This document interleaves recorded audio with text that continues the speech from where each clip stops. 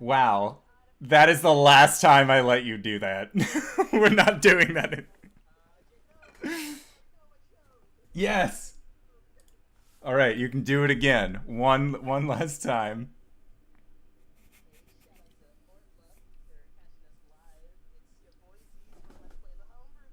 Never again. Never again. No, we'll still keep playing, but god damn it, no. Uh the last time I let the pun master start off the show, unless you're the one running it like you will be next week. But first and foremost, guys, I would like to say today is May 6th, 2019, and you are loved. And I feel like that is a very important thing. Can you guys hear them at all? You can't. No, they can't for some fucking reason. So no.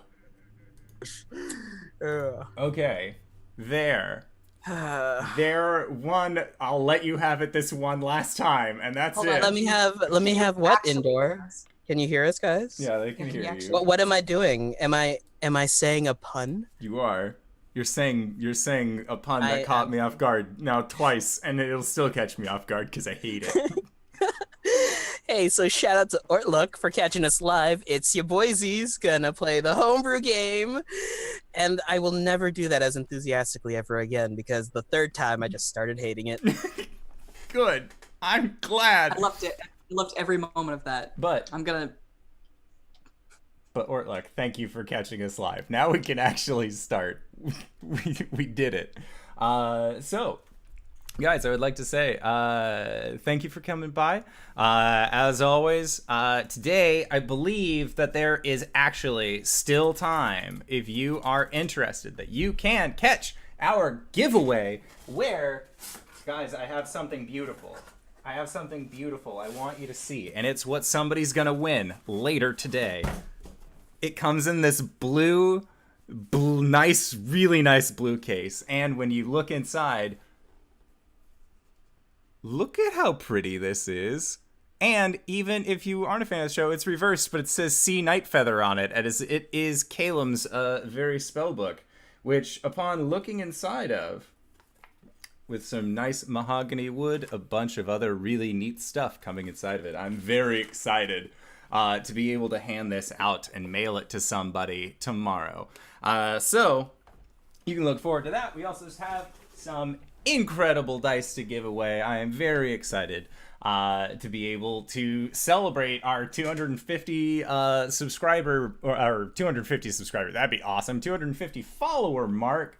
Because in doing this, we are now at 280, and I've combined the numbers from Podbean and Anchor and all of our other audio cast stuff, and we hit 10,000. I wanted to be able to tell you guys live. So, welcome to 10K downloads audios. So, thank you to people like Ortlook, as well as everybody else who listens to our audio cast. It really does. It helps brighten my day seeing such a positive response. It's really neat. And speaking of ways that we can support you guys with positive responses, guys, I feel bad. I'm not wearing one of our own shirts or pieces of merch, but like certain items in our store, my own clothes ran out, so I had to do laundry, so I'm not wearing it. However, it will not stop me from cleaning a mug and drinking out of this beautifuler, bigger, battler mug that you can find at the in-store adventures. If you go to bit.ly/adventure merch, you can also find a t-shirt like LB is wearing, the Blake Scars tee, which people have confused for a metal shirt, as well as the wonderful sweatshirt that RJ is wearing, that has a very simple logo on it. I love that sweatshirt so much because of how comfortable and warm it is, mostly because I am a very, very chilly Billy. So, with that in mind, you can check out the merch at bit.ly/adventure merch, all lowercase, all one word. But with that in mind, guys, are you ready? Who are you going to be playing tonight? Let's start with you, RJ. Hey everybody, I am RJ, and I'm going to be playing Caelum, the Shadowkai Cleric. Hi everyone, I'm LB and I'll be playing Gwen, the halfling barbarian. Hi, I'm Cyber, and I play Argent, the Dragonborn Blood Hunter. And I'm Wings, and I'm going to be playing Coriander, the Eladrin Paladin. And I'm the Indoor Adventurer, and tonight I shall be your Dungeon Master. Now, last we left off, you guys had celebrated, after a long day of various jobs, a birthday party, not only for Caelum, but also for Arjan and Coriander, as it would appear as well. After this three-way birthday party, you guys then made your way back home, with Arjan and Gwen going back to the shop, where you heard, or you saw a very thick green cloud of smoke coming out of your window, and upon investigating saw the outline of a cat in smoke, or in soot, across your wall. It was then that you heard the meowlings of one Frankie deep beneath your house. And still at Greyboar's Tavern, Caelum, you were put to rest by Coriander after you had had a pretty decent night of drinks for your birthday. And upon leaving you, Cori decided that she was going to try and play the ukulele for an entire audience of people. And it was in that moment, her mouth being dry as it was, she decided to take a drink of water. And in doing so, found out about the true purpose of the hag's ire. One Agatha Driftwood had cursed her after she cheated at a naming game. Let's start with you, Cori. You have just tried to take a drink of water. Your mouth now feels like it has been burned. And looking down at your hands after spilling the water on yourself, your hands and fingers are now also burned and blistered. She will drop that glass and it'll smash on the ground. And she'll immediately put a hand over her mouth and cast Lay on Hands. Okay. Yeah, so with your Lay on Hands, how many are you putting in? Does Danae know how to do math? Let's find out. 13. Okay. Because that's how much damage I took. Alrighty, so, after putting 13 back in, your hands heal up, your mouth ends up healing up, and nobody seems to have really noticed. There are a few people that, quickly looked over when they saw the glass fall, but they didn't really continue to pay attention to watch you then heal yourself after this.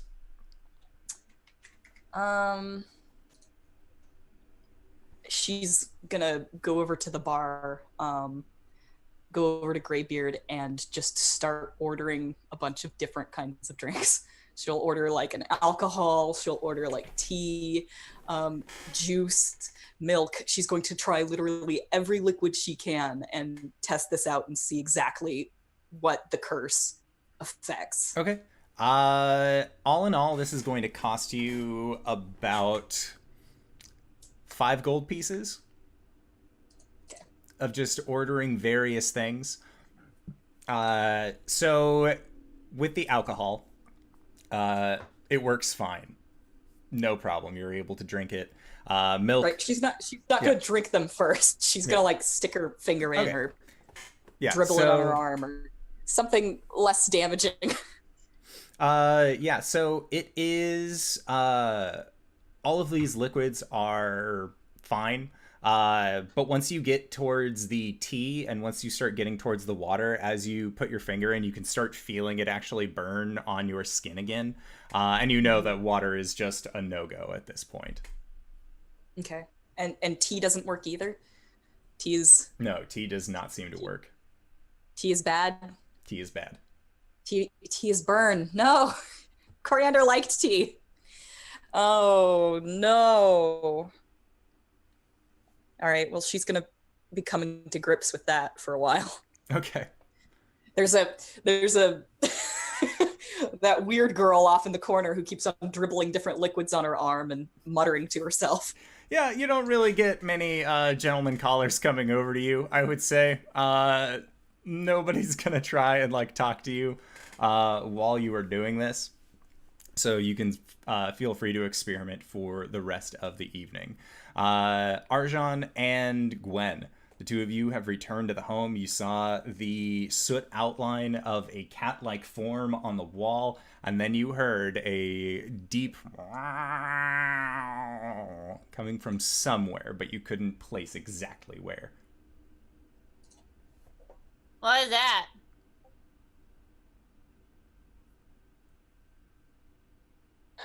The reason that I'm not going to be leaving this house for the next 4 days. What? That doesn't explain what that is to me. I'm tracking down this cat. Okay, make a survival check. 13 plus 2, 15. Okay.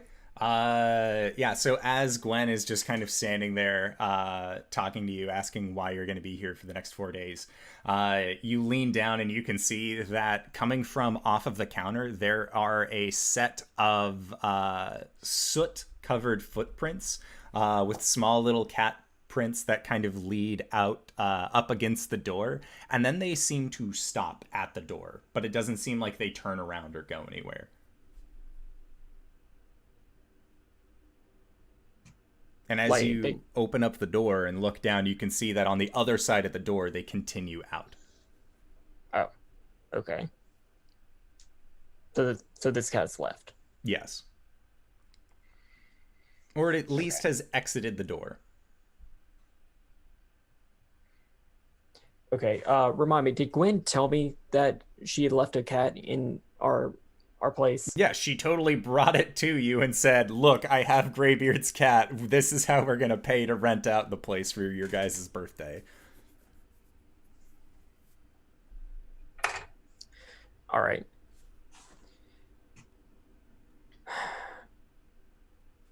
Okay.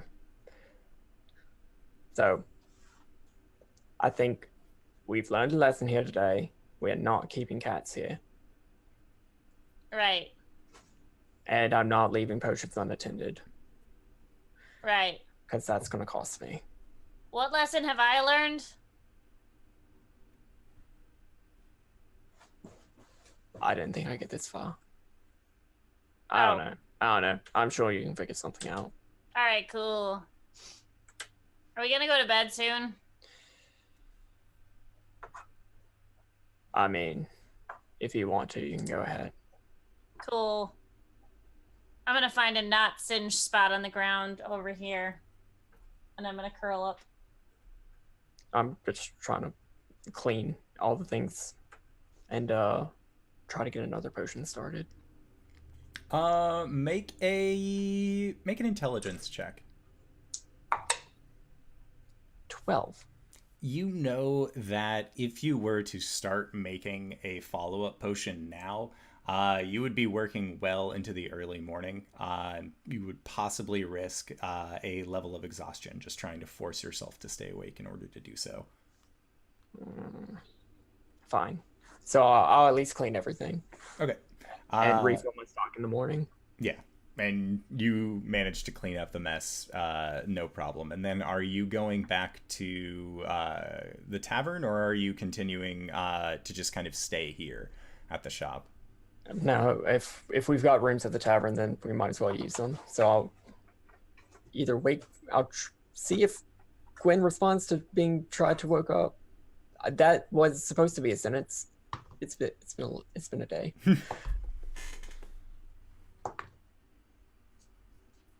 What'd you get for your perception? 15. 15? Yeah. If you would like, as the player, you can have Gwen wake up. She certainly feels herself being nudged. What?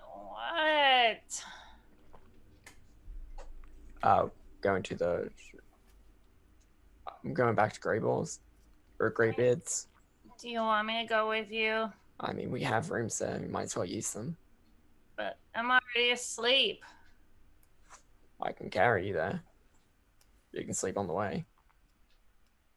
I'm not gonna say no. All right. Yeah, so you just sack of potatoes Gwen over your shoulder. and continue your way to the Greyboard Tavern.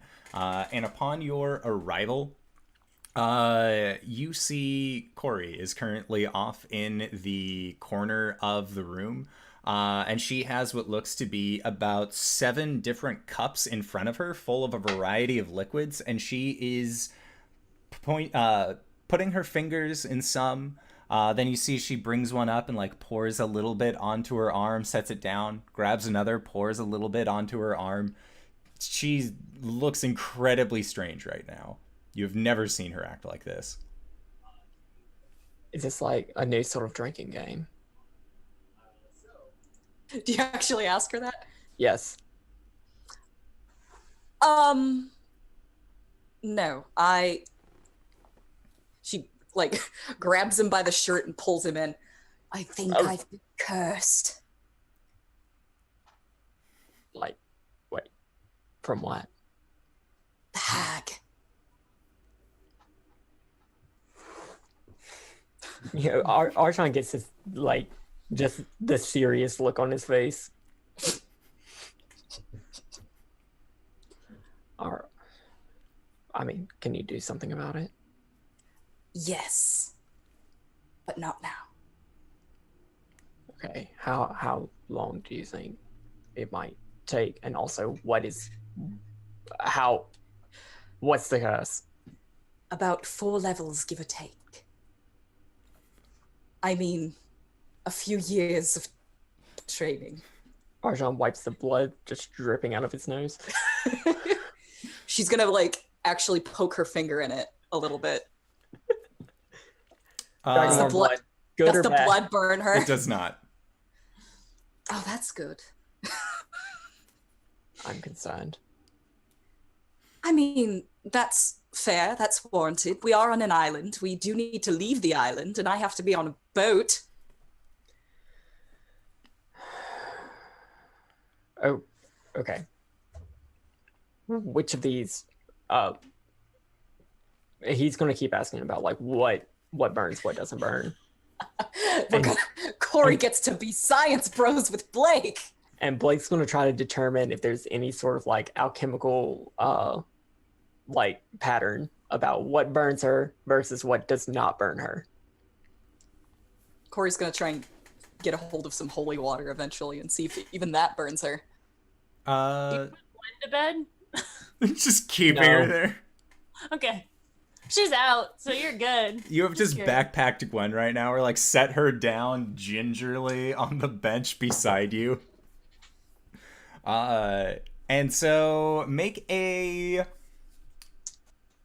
Arcana check or a Insight check. Can I assist him? Yeah. Would this be a Fey effect? Could this be an intelligence check involving Fey? Because this is a There's Fey several- curse. Several parties are involved, Yes. and all of them are Fae. I will say yes. I mean, getting help, you already had advantage, so like this is just more of that. Okay. Arcana. Do I add my Super proficiency with alchemy? Yes. 15. Okay. So thinking about it, and Cori, you explained to them roughly how the hag had cursed you. Mm-hmm. Arjan, you are assuming that this has to do with the percentage of like water to non-water ratio, mostly because like it seems like these other liquids, beer, blood, milk, those don't seem to have any kind of bearing on burning Cori at all, but it seems like things like tea and a glass of water that are primarily either from this base of water or something else is kind of the root cause of this, as well as the hag's wording about how not even nature would be able to support Cori. And how it would be more animositous towards her. You're thinking that this has something to do with the physical properties that involves these liquids, as most of these seem more water-based than others. Based off of this, would I know if a healing potion would damage her more than it would heal her? A healing potion is made by... There is water involved, but it's so distilled and almost turned into more of like a juice with the mixture of other of plant matter and other powders and things like that, that it would still heal her. There would be no issue there. But it seems like without the extra additives kind of muddling around the water, that there isn't much hope past that point. Okay. I'll relay all this to Cori. What about rain? Probably, definitely. What about snow? Absolutely. That's not good. That's not good at all. Cori sits down and pouts a little, just like glaring at a glass of water as though it insulted her family. You feel Gwen kind of cuddle up to your leg a little bit, just shift up a little bit. She'll put a hand on Gwen's head and just drum her fingers.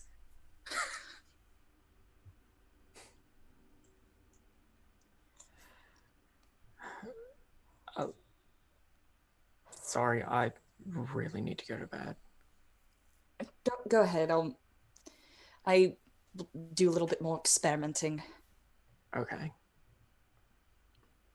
And Caelum slept tonight, right? He didn't trance. He slept for sure. He was gonna visit the library, I believe, so Yeah. he would have been trancing. So Arjan will pick Gwen back up and actually bring her to her room. When Cori, like after 4 hours after Cori puts Caelum to bed, trancing, she's going to knock on his door and tell him about all of that. Okay. Yeah, so you know that is also the room that is being shared with Gwen. So Arjan, you go to bed, no problem. After you set Gwen down and get her all nice and tuckered in, you see that Caelum is currently trancing, sitting on or laying on the bed, in almost like a sleeping position. Though based off of his breathing, you can tell that he is still he's more conscious than he normally would be, if he was passed out. So Caelum, you are going to the library this evening in search of what? Tomes about love. Okay. Sounds good. All right. Baby, don't hurt me. Yeah. So you manage to go into the library. You close the doors behind you and you start making your way through the halls. You can see that there is still the table that was there that you had used previously last time you had been in the library, and a lot of the books that you had actually pulled out are still sitting on the table. And most of these are about clones and kind of the stories of doppelgangers, as that was the last time you had really been looking for anything. Was on request from Arjan to find out more about what he was. So make an investigation check.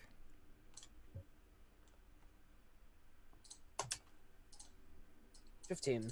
Okay, so with a 15, you managed to find a few books. There are some that talk about love as a biological thing. You also find several books of poetry, and as well as a few books that kind of go into the various forms of love, ranging from topics from unrequited to polyamory. There just seems to be a large plethora of information that you can gather about books or about love. Yeah, he's just flipping through them, reading, see if there's any pertinent information. Probably write some of them down. And as you continue to search through these books and search through these tomes, you end up finding a very strange metaphor that is used, and it makes a little bit of sense as you think about it. And it is describing the sets of individuals as factories. But factories that are filled with tiny workers. But there's more work than the workers are currently able to do on their own. And it describes love as when you meet up with somebody else, that your workers and their workers can combine and sort through the issues of both people together. Oh.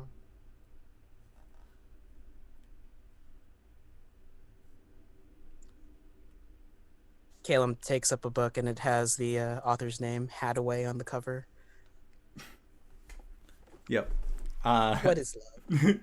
Baby, don't hurt. All that it says, and as you read through it, it seems like a bardic poem, but there is no clear definition, so the book is ultimately useless for you. Over the shoulder. All right, and you continue your search, looking for love in all the lost places. I hate you so much. All right, so, Arjan, as you go to sleep, you find yourself, as you lose consciousness, you find yourself in a very familiar room at this point. There is a large seat that's been set up, and on the seat across from it is your tiefling friend Makoth, as it has been several days now since the last time you communicated. And she is standing next to her chair, and as you appear, she actually rushes over to you and says, Blake, I'm so sorry. And she kind of like puts, she goes to like put her, like throw herself at you a little bit, but then stops. Wow. And it's more of like she was going to like lean up against you, but then realized should probably ask about touches first. Oh, wait, what's, oh, right. Are you okay? That always seems like a loaded question whenever I'm asked it. I mean, I'm staying distracted, so I think it's fine. And, I'm sort of going by Arjan now. okay. It's a good name, I think. Yeah. Well, I mean, it's subjective, really. All I can really do is think it's a good name. What's been going on? Well, I mean, it's time. We agreed that it would be every couple of days that we would meet up with each other. So I was just making sure to check in. Your friends, did they tell you about what happened when I came to visit last time? It was Cori and Caelum. Right. Yes. Did they tell you? Sort of. It's, yeah, I know it's been a couple of days, but it feels like it's been like a literal month. I agree. A lot's happened for sure. We went into your dreaming. There was a creature that I thought was you, but it wasn't you. And then before we got a chance to really figure out what it was about, your friend Cori, well, she detonated it. She made it explode. It was gruesome and really cool, but at the same time, I don't really know. I mean, if it was a fiend inside my heart, that seems like a good thing, don't you think? Yes and no. I mean, the reason I made that necklace for you was to try and keep fiends out. And it was not as well, it wasn't as useful as I thought it would be.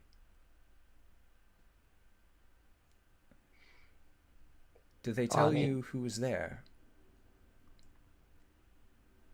Did they? Yeah. It was Micus. You remember, in the basement.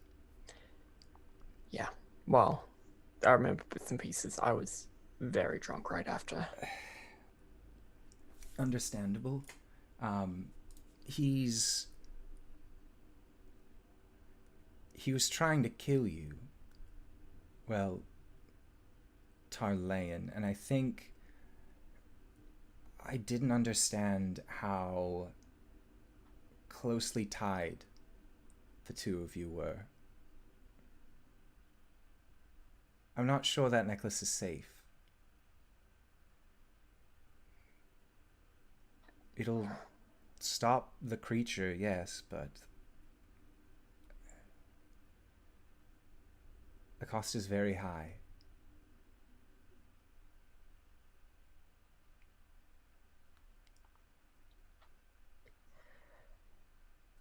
Charlene only got out whenever I died. And Micus only... I assume he only woke up whenever I died. So just try not to die, right? Easy as that. And she just kind of has a very wry smile on her face, but you can tell that there is still a little bit of a quiver to the edges of it. Almost like she's trying to make herself believe it too. But she straightens herself out. I talked to Oliver, like you requested. The alchemist that I said I knew. Okay.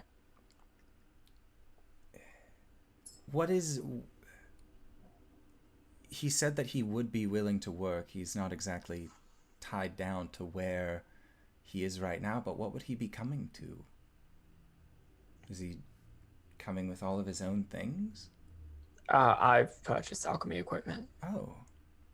Well, that makes things a lot easier, actually. I've purchased alchemy equipment, and we're in the process of getting like furniture and everything. But you know, just living in a place that's already paid for on a tropical island, being able to run your own shop, while the proprietors have been exiled. I'm sorry, what? That last part, the exiled part. And I'll tell her everything. The deal, or the pact, and telling Arasthk about it. And she just looks at you, has her hands up to her face, and she's sitting down on her chair now, and says, honestly, all things considered, I think that worked out pretty well. Right? I mean, you're not dead. He seems rather terrifying. So, that's a win, in my book at least. I'm sure that we can figure out some method of accountability. Either I can check in on what he's doing every once in a while, or if you know anybody on the island who'd be willing to check in, just so that way you can make sure that you're getting read the same letter twice, if that makes any sense. So if he says that you only made so much gold, have somebody else let you know how well he's doing as well. He's a very honest man, but, well, That's for too sure. It's business. All I would need is 5 days, and he would be on his way. So We if can you make that work. so if I can just get the address, I'll just tell him where he can set up shop. And I'll tell it. Okay. And after that, she just nods and says, "All right, well, I'll see to it that it gets done." Also, I don't have any books on the Dark Star. I was going to tell you last time. But if you go, I think I do remember at least 1 or 2 mentions of a thing beyond the stars, and that was in the Grand Anatheum in the Floating City. So if you head to Vascor, you might be able to find something there. All right. McGrath, how are you? I've been better.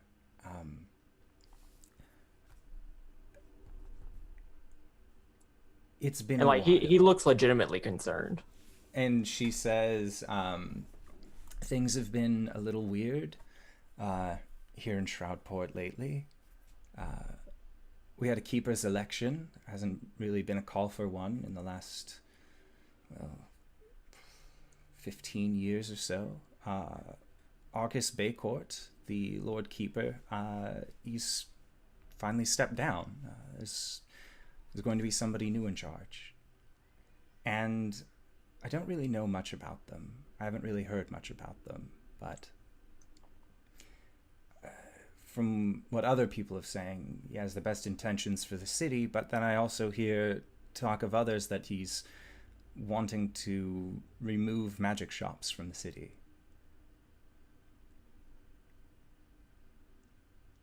What's his name? His name is Orjet Ravenhold.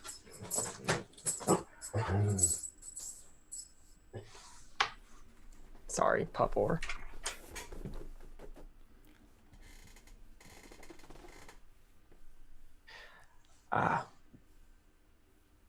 Can't say I'm familiar with him.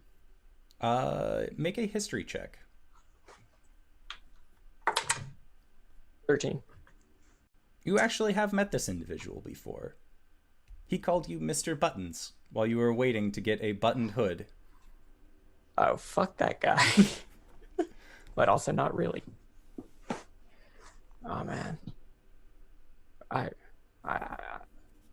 think I have met him. Yeah, he was a barber. About a year ago. Set up a shop in the North Ward and started talking to more people there.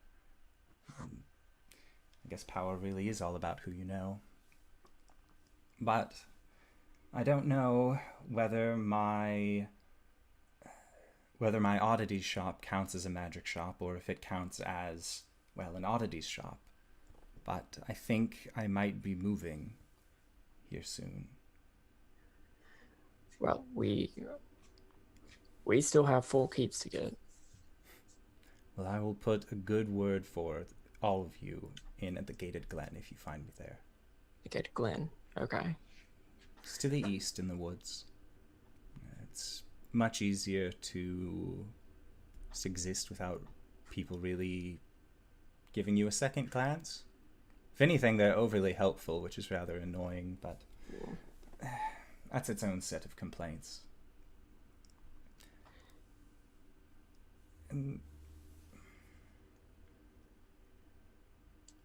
that's it, really, on my end of things.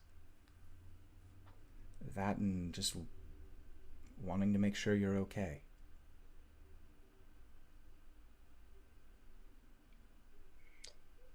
I think I will be. Good. She just gives you a genuine, heartfelt nod, and then says, well, if there's anything else you'd like to talk about, I'm all ears, and if not... and she motions her hand over to the table, and you see that there is a chessboard that actually comes up.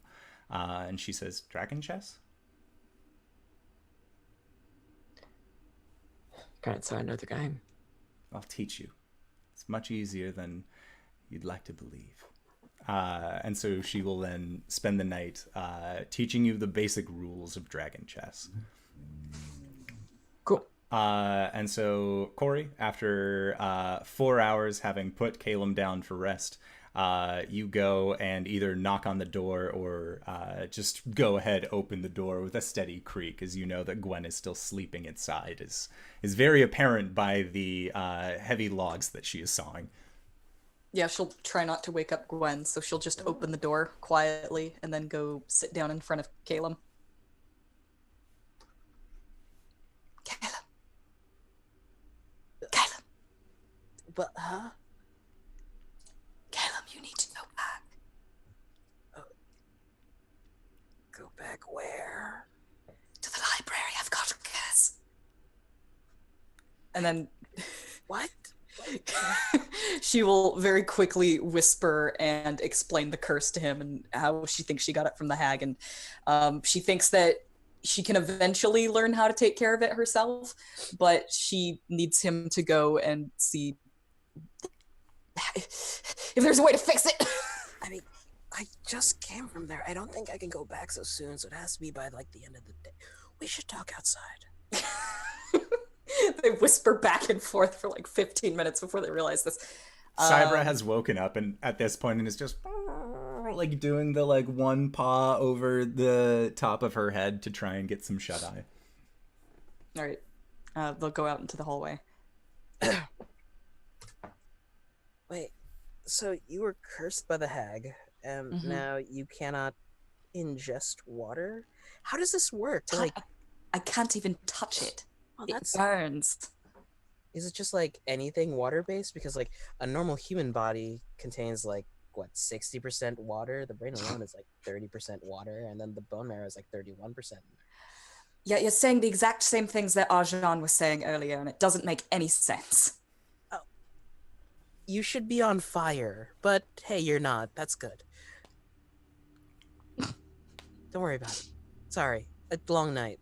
I've got a headache. I'm sorry. I'm all out of lay on hands. Oh no. I partied too hard. Smoke coming out of her ears. That's what you get, guys. That's what you get. Your paladin gets cursed and she uses up all her lay on hands on T-burns.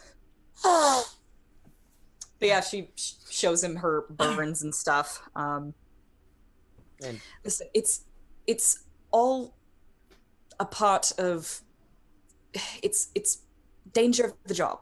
This happens. Hag curses happen. It's just that I haven't received enough training to take care of them yet.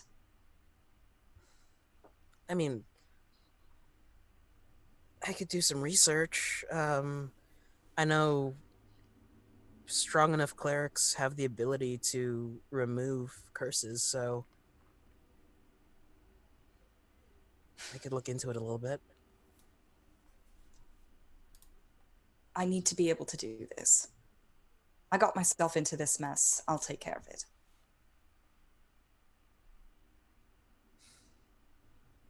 But that doesn't mean that you can't rely on us a little bit.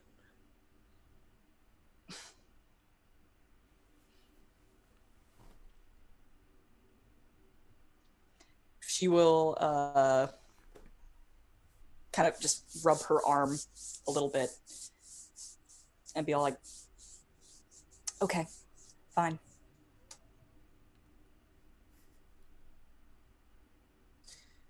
Okay. I need to go trance. I've been up all night. All right. I did look into the love thing, but it was very inconclusive. The best thing that I saw was mentioned that our bodies are like factories, and there are people working in those factories. And sometimes there's a lot of trouble, but then you meet someone else, and those two factories kind of get together, and they help each other out. And that's kind of what love is. That's very nice. Go get some sleep. Rest. Trance. I'll be on the roof. Actually, Be inside just in case it rains. yeah, just considered that. I'll be down in the tavern. She'll just kind of put her head down and slink down to the tavern. She'll trance begrudgingly. Okay. All right, so Caelum, you have several hours before anybody else is going to be getting up. What would you like to do in the meantime? I'll take a walk. Okay. Going anywhere in particular? Probably down to the beach, and then like walk walk along the shore. Okay. Make a perception check.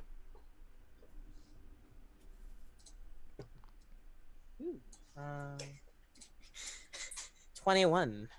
Okay. Yeah, so as you are walking around on the beachhead, you go by, like, thoughts about Cori's curse are, they're kind of filling your mind a little bit, and as you walk along the beachhead, you find yourself where Agatha's hut was, but you see it is just uprooted itself and left, and there are large divots in the sand that look like large crab legs had just scuttled away as you had saw them earlier. And as you look up, continuing down the beachhead, you actually see that the Dreadwood, the ship made entirely out of blights that you guys had ridden on here from, is no longer on the beachhead. And as you go and look over to the spot where it was, you see that there is a large divot in the sand where it looks like it had moved back out into the ocean. And there are a bunch of tinier divots that look like small hands had actually pushed it back out. Can I tell? Was it humanoid, kobold? They look human. They look humanoid. But in the same way that you know that blights have humanoid appendages, as there aren't any footprints in the sand, there just sort of seem to be these handprints that extend out to the sides of the much larger divot. That's not good.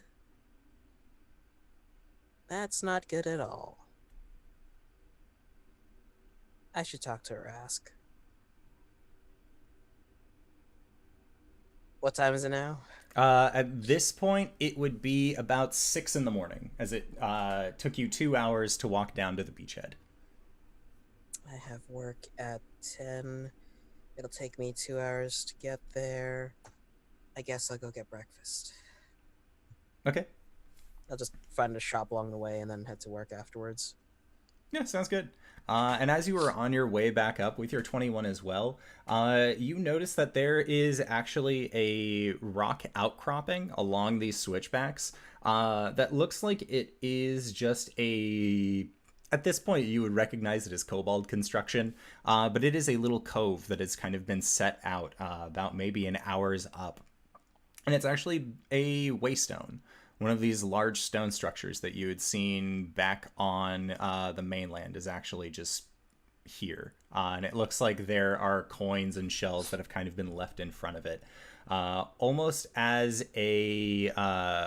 what looks to be a makeshift shrine, and you can make a religion check as you pass by.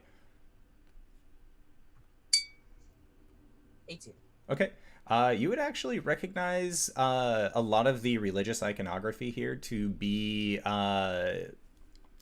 for the goddess Umberlee, the goddess of the sea, as most sailors in their superstition will leave her trinkets and other things as a means of allowing them to have smooth sailing back. Yeah. Caelum takes... Ooh, how much money do I have? 2 silver, puts it down. Well, this is not really for me, but I have a friend who's been cursed, and it would probably do us really well if she didn't fall in the water. He's like talking to Umberlee. So, yeah,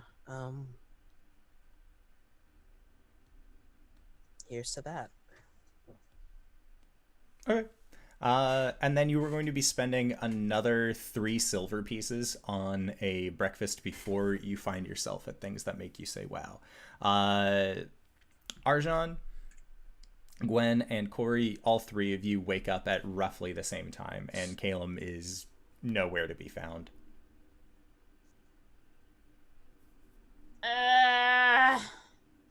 Cori! You're just yelling in your room, but Cori is outside downstairs. Gwen is going to crawl onto Cybra and ride her downstairs. Archon's gonna poke his head in. You all right? I'm hungover Right. and emotionally scarred. It's fine. I just need Cori. All right. I got my full long rest, right? Yep. All right. You see Gwen just like on the back of Cybra, and Cybra just trots past. Cori doesn't even open her eyes. She just reaches out and lay on hands Gwen. Yeah, thank you. Mm-hmm. You okay? Yes, I'm fine. I'm just cursed. It's a long story. I can't touch water now. And then she starts putting her hair up in a ponytail. What happens if you make out with someone? Is spit... Does that count? Cori just looks at Arjan. Don't look at me. My spit is very acidic. Cori, like, looks confused for a second, and then she just licks her own hand. There doesn't seem to be any reaction. Then she will put her hand out to Gwen. I'm not gonna lick your hand, Cori. I'm not a dog. Come on! I need to know! I mean, we have a canine. Yeah, Cybra licks your hand very eagerly, expecting food scraps, and you don't feel any burning sensation. Solid. Alright, well, I gotta go to work, guys.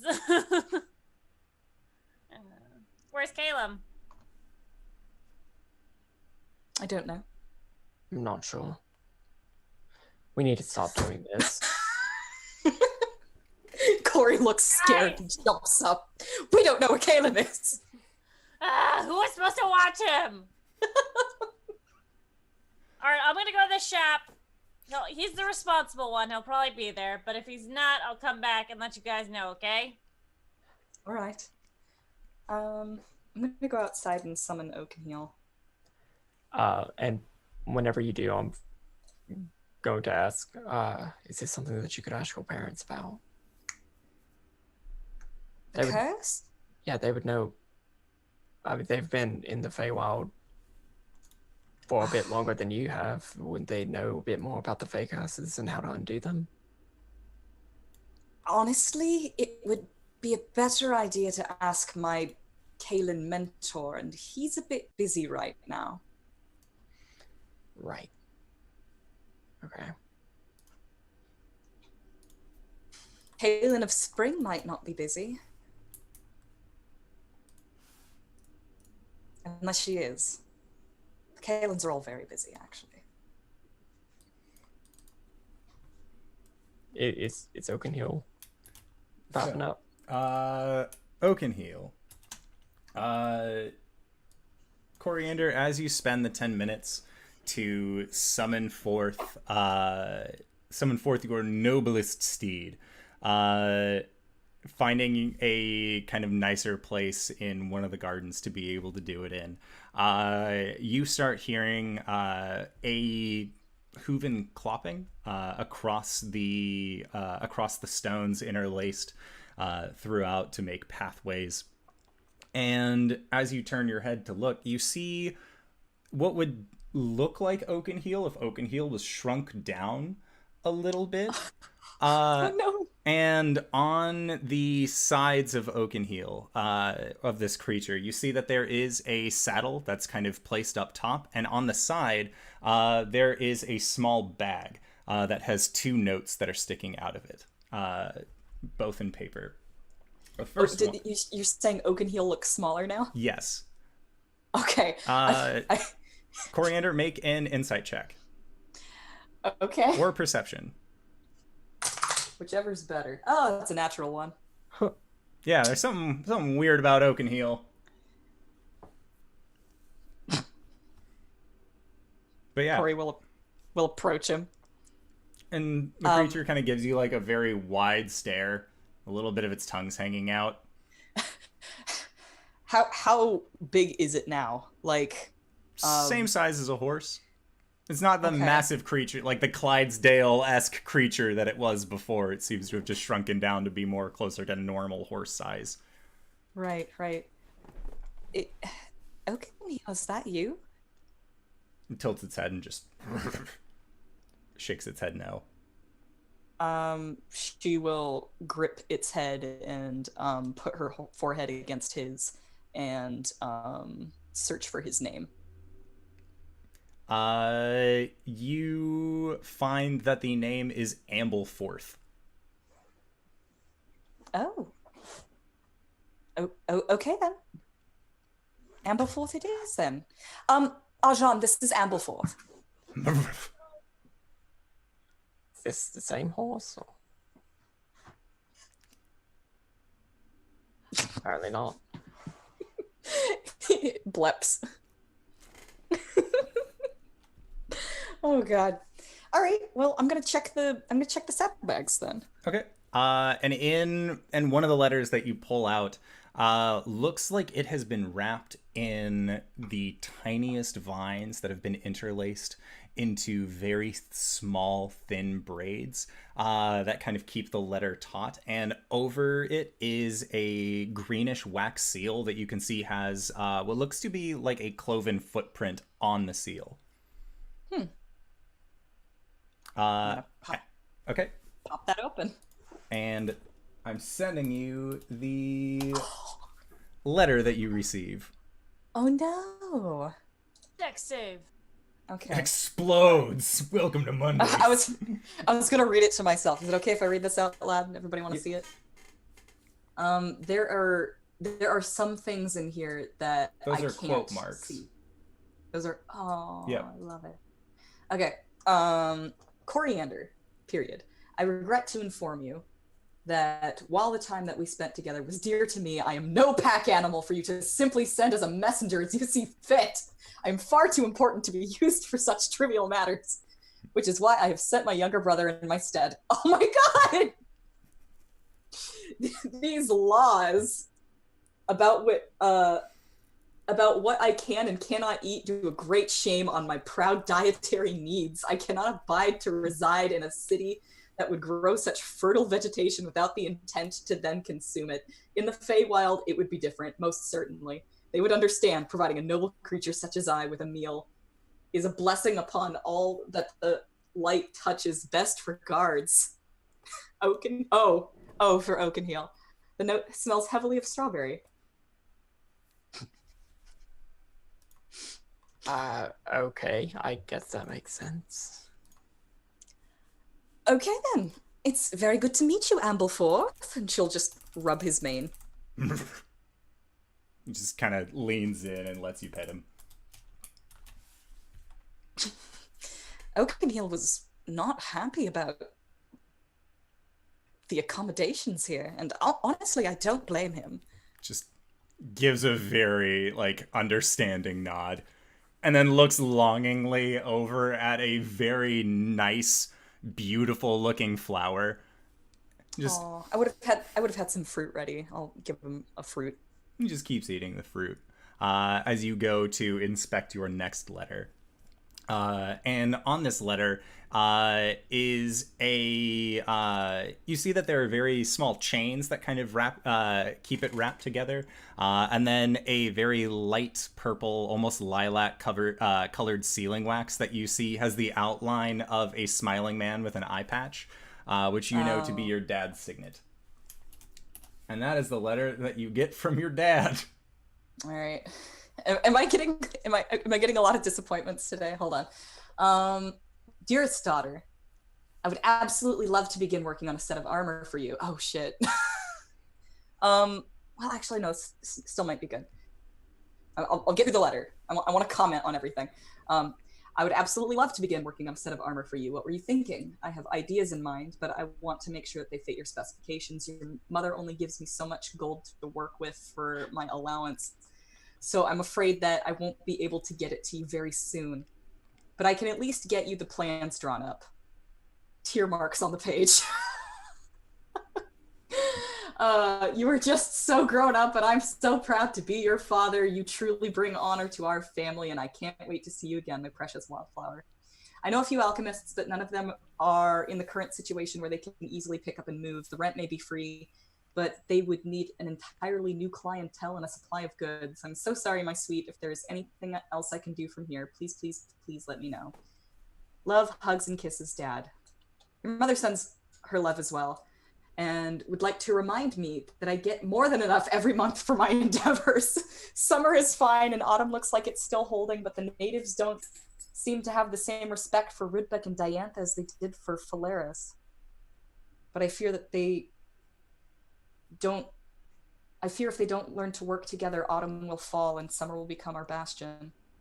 Written in Mother's hand. Coralon's light upon you.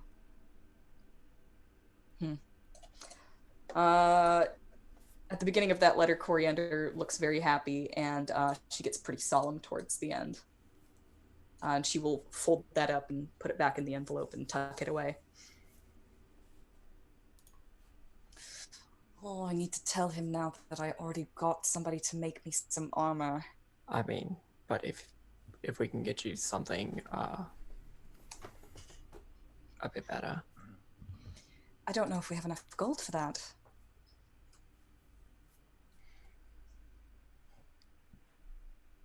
Oh, we don't. We really don't. But we can worry about that later. It's fine. I'll tell Father to hold off on it for a bit, and well, we'll just get to work and deal with it later.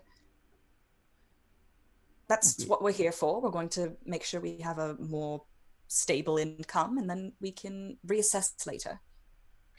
Right. I did. MacArthur did find an alchemist who's going to be here in 5 days. Okay, excellent. Perfect. That'll be plenty of time for me to talk to some investors.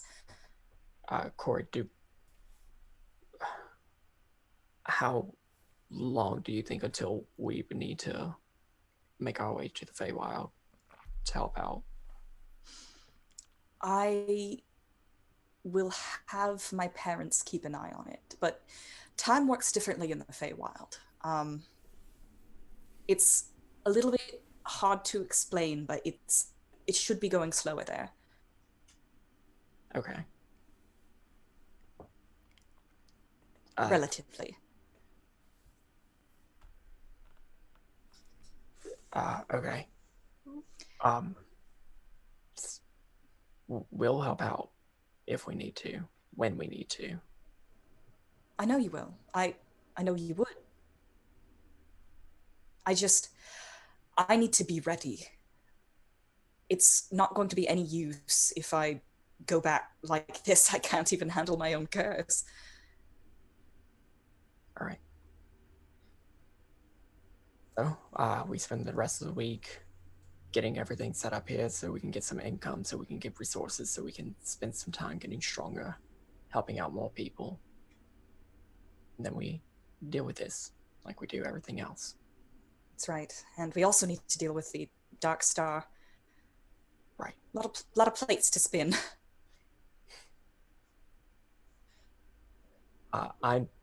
In fact, I'm gonna get started right now.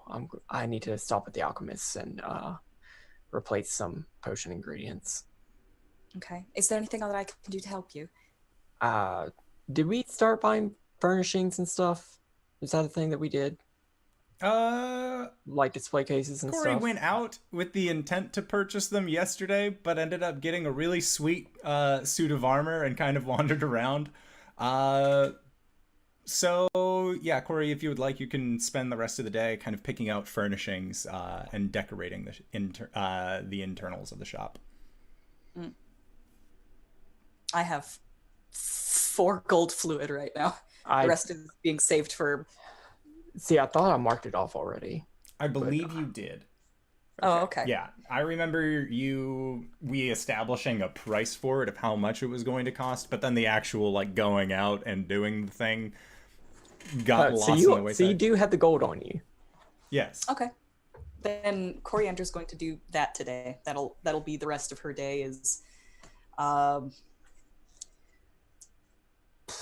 looking for furniture, and then whatever time she has left, she'll see if she can find some investors. How do you find investors? You have to put out bait. Make a history check. Stay down, Cori. Stay down, Cori. 6.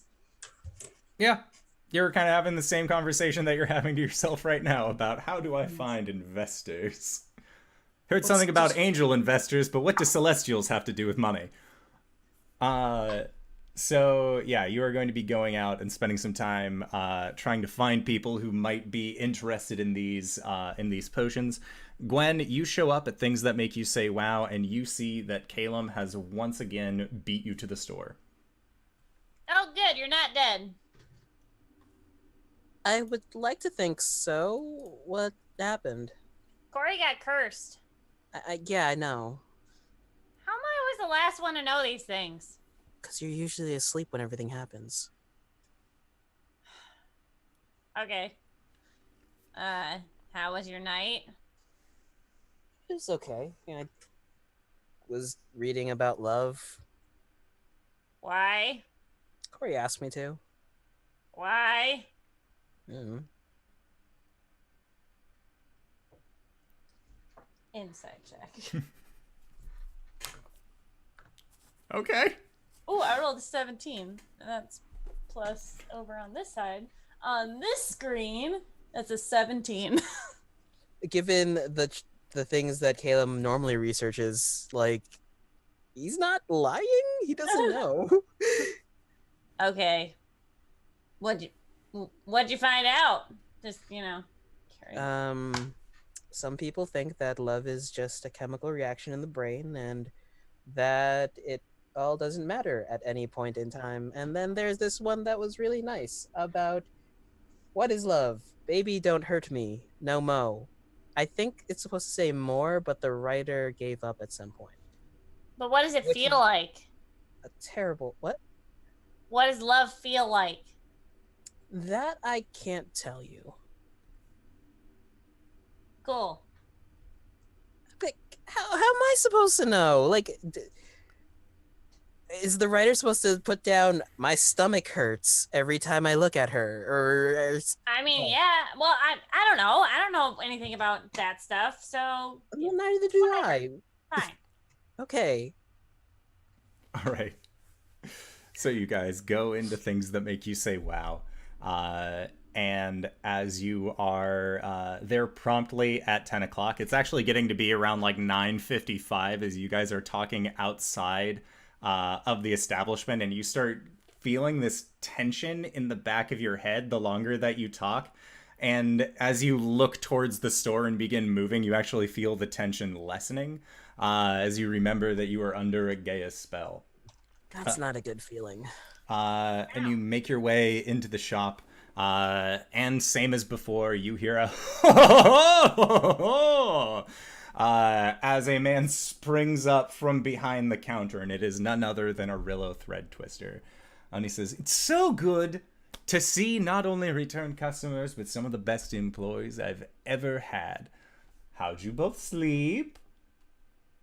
Like the dead. Pretty well. All right, well, sounds like Gwen is going to be in need of some coffee, which, luck would have it, you guys, you went through a lot yesterday, so I figured just send you to a coffee shop today. That's no problem. I'm not allowed back in the city of Sigil, and I need you all to go and collect a painting for me.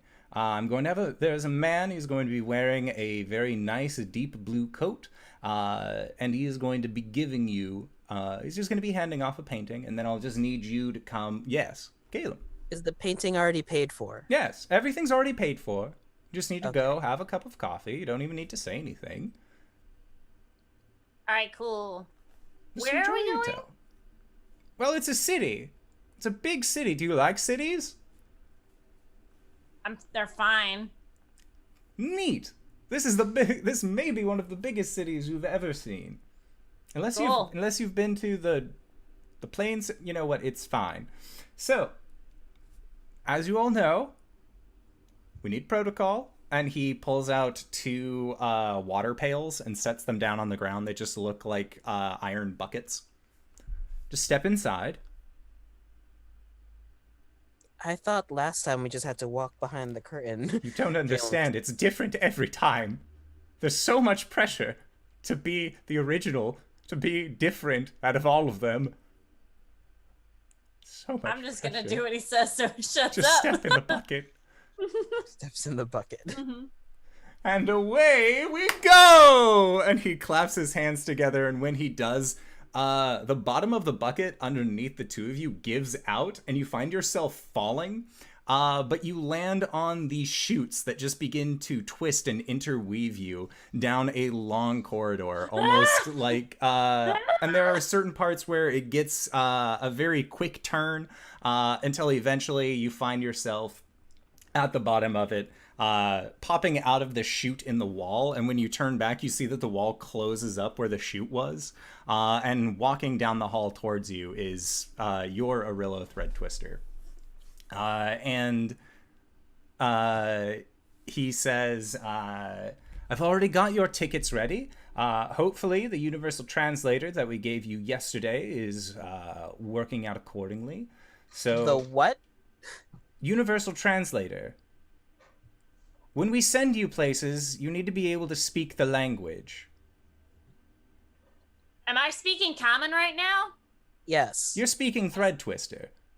Oh, what? Don't worry about it. So, now, when you are sent off places, it makes sense to us that you'd be able to talk to the clientele. Yeah. We have every language within the multiverse here. And he points towards the rest of the council, which you just see is active and busy in the large chamber behind him. And he says, so, it's just easier if you all have this. I already paid for you all to get the procedure done. Well, it's not really a procedure, it's more of a magical effect that fires off when we teleport you places, and then it'll wear off again when we bring you back, because we don't want you taking those languages to places where they shouldn't be. Why not? Because it's a bad time, and people will be asking questions. And not questions like, where can I find the newest deals in town, but why are you talking like one of those purpley tentacle men? Nobody knows why. It just does. Purple tentacle men? Yeah, there's lots of things. Anyway, So white you saw a tentacle hippo men. person yesterday. He looks at a watch. Day. Yesterday you saw him. Anyways. What? Coffee shop? Sounds Yeah. good. Okay. And he brings you to a teleportation chamber similar to that which you had been through the day prior, and says, all right, so just step on the panels. Same as last time. Cha-ching, we'll send you right there. However, there is going to be a stipulation this time. I'll be able to watch you, but I won't be able to bring you back immediately. Why? That's not how the city works. You need to find a door. Now, luckily, I've already secured a door. That's no issue. You are going to want to go to the corner of Belreg and Silverflay Alley and make sure that you have this with you. And he reaches out to Caelum and hands you what looks to be a condensed paper in the form of a tree, and when you smell it, it smells like pine. Huh. It says, so just make sure you have this. Belreg, Silverflay Alley. You're going to want to go through the red door. Red door, golden trim, same as the robes. Sound easy? All right. Okay. One last thing. Don't show the painting to people. The client Can was we very look at it? specific. I'd You know, rather you if- didn't, Oh. but in case things don't go the way they're supposed to be, it is supposed to look like a man sitting in a chair on an island. Cool. Sound good? Sound good to people? Any more questions? Nope. What's the guy wearing again? Blue jacket? Blue something? It's like a dark blue closer to a stormy gray. Grayish, dark clothes. If you're sending us off to an alternate, like, plane, Close enough, yes? close enough. Would this detract? Would this make us like an eyesore? Like, pointing at his clothes. Oh, it's Sigil. Don't worry about it. It is full of travelers, just like you. Sometimes, other times, there are permanent residents there. Don't make any deals, I would say, if anybody asks you for a deal, unless it's just for like the standard cup of coffee. And again, the man that Okay. you're getting the painting from, he'll have taken care of all of that. Gotcha. Hold the thing. Cha-ching! And he slams down on the lever, and the two of you feel, once again, your forms leave you as your consciousness gets rocketed through some form of distance of space. Until eventually, you find yourself in a very, very crowded city in a cramped alleyway. And you can see that there are a plethora of races that all seem to be wandering around. You see a humanoid figure that looks like its body is just entirely covered in chains, and the chains seem to be moving independently of themselves as they just wrap around its person. And you see that he is in a very stern conversation with a small impish creature. Tiny wings, and it just seems to be giving him the birds. And as the two of you kind of land, what sounds just like industry around you steadily begins to fill in with voices.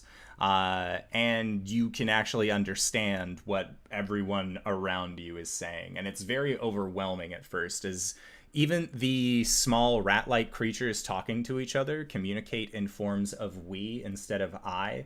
And you see that they actually will form up and turn into humanoid shapes that then put on ponchos and then continue to walk around, and they have large bags just kind of full of like cheese and bread, and they seem to be kind of minding their own business as well. But based on the directions that Orillo gave you, you are able to make your way to this small cafe, where you see that there is a very pale-skinned human man. He is wearing red-tinted glasses. He has a dark gray bowler's hat, a kind of grayish-blue cloak, and he's just kind of sitting there. He seems to be reading a paper, drinking some coffee. And the two of you would know that out of all of the people sitting at this cafe, that this guy marks the bill that you guys are looking for. Coffee? And I hope they the have tea. man kind of tilts his glasses down, scans over, and you can see that his eyes are a very bright yellow that have two long slits in them, almost like they are more cat-like in nature. And he just kind of squints over and looks and says, "Smith, take a seat." Right.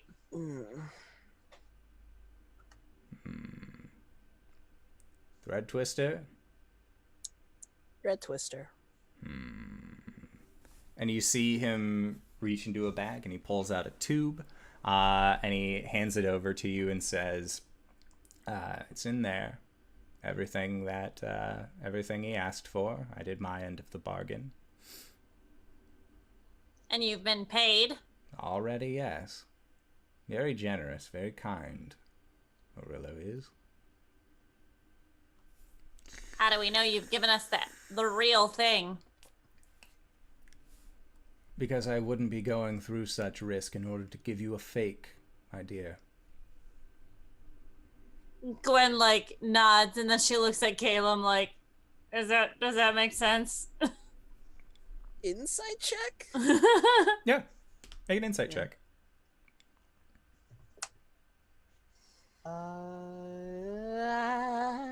Wait, 6 plus 6 is 22. Yeah. This guy seems to be telling you the truth. He seems like the kind of guy who just doesn't have the time to lie, really.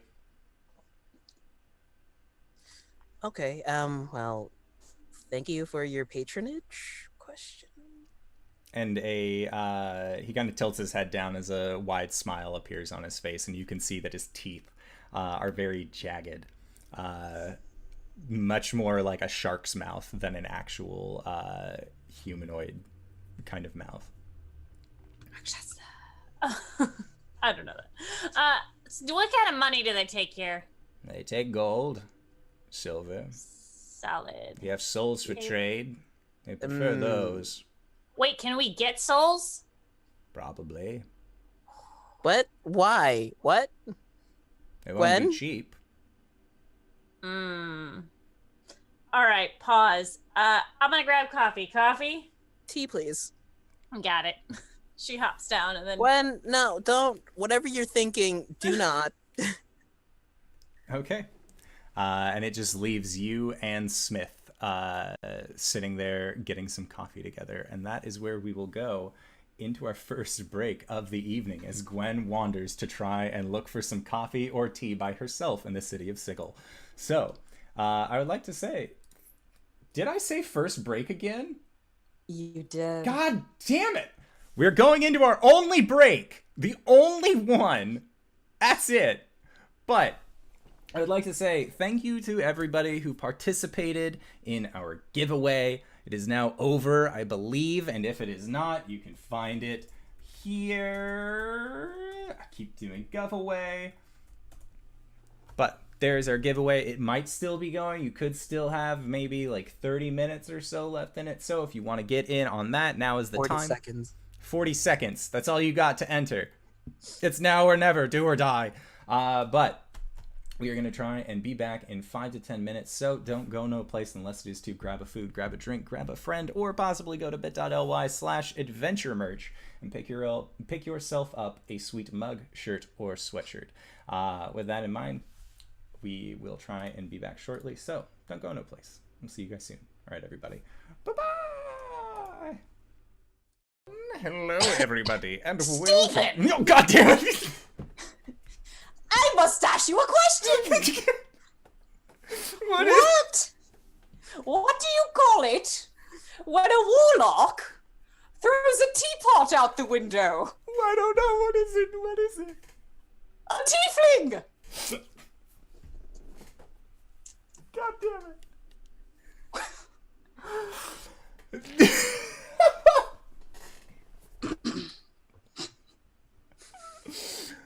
You killed JD. I hope you know. She's going to bed now and you did this. Good night, JD. Good night, Good night, JD. JD. Alrighty. Yes, last we left off, Gwen, you were going to order a cup of coffee and a tea for you and Caelum, while Caelum, you sat at a table with a man named Smith. Caelum just pulls out his spellbook and just like leafs through it and starts reading. All right, yeah. Smith doesn't seem particularly talkative. And as you continue to read, you see that he kind of like puts his glasses down a little bit to scan what you're reading. Then puts his glasses back on. Sets a few silver pieces onto the table. And then tips his hat to you and says, "It was a pleasure doing business." And That's then... not the voice you used, but good day, sir. Huh? That's not the voice you used, but It's the good day. voice that came out. So he just kind of nods to you and then makes his way off. So Gwen, what are you doing at this time? I'm gonna go get some coffee and tea. Okay. Yeah, so you go up to the barista, and you actually see that it is a it's hard to kind of really make a distinction because you haven't really seen this race before. But it is a hippo person standing on their hind legs, and they are currently just making you some tea, and they say, "Oh, hello, dearie," Hey, and they lean you down. have like a stool? And she, you see this large hippo woman point over to, you see that there is a small stool, a taller stool, and then a medium-sized stool, and there are little ladders that, or little staircases that actually go up to each. She's gonna go with the larger one, so she's closer to faces. Okay. And again, the hippo woman leans down. What can I help you with? I want a coffee and I want a tea. Anything else? Would you like a croissant? I made them this morning. You have scones? We do. I'd like 2 scones, please. 2 scones, a coffee, and a tea. Would you like cream? Nah. Sugar? Black as night. Sugar? Nah. And she just sort of bows. And then you were just kind of sitting in this coffee shop as this woman continues to make these drinks. And she, as she's kind of just idly going about your business, you hear a bell ring from behind you, and inside of this cafe is actually entering in what looks to be a kind of a scrawnier looking tiefling man. He has his hands in his pockets and he's just kind of looking around. And then his eyes meet with the menu, and he kind of scans over it quickly, and then takes a seat next to you, Gwen. And just kind of says, "Haven't seen you around before." Nope. "You have nice hair. How much do you want for it?" No, I don't. Gwen, like, straight up just, it's singed and it's gross. You want to buy my hair? How much do you want for it? How much will you give me for it? And he kind of looks at it. And you see him lick his thumb and then press it against his other thumb. And as he pulls his thumbs apart, you see that there is what looks to be almost like a tape measure that appears between the two. And he says, 5 inches, 5 gold pieces.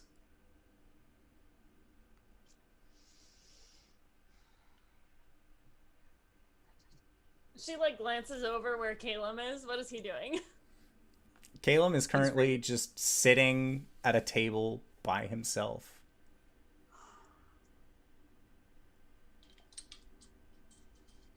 Gwen really needs a haircut at this point, so getting paid for it. I was told not to make deals here. Oh, that's a wise choice, but this isn't a deal. You see, this is a service.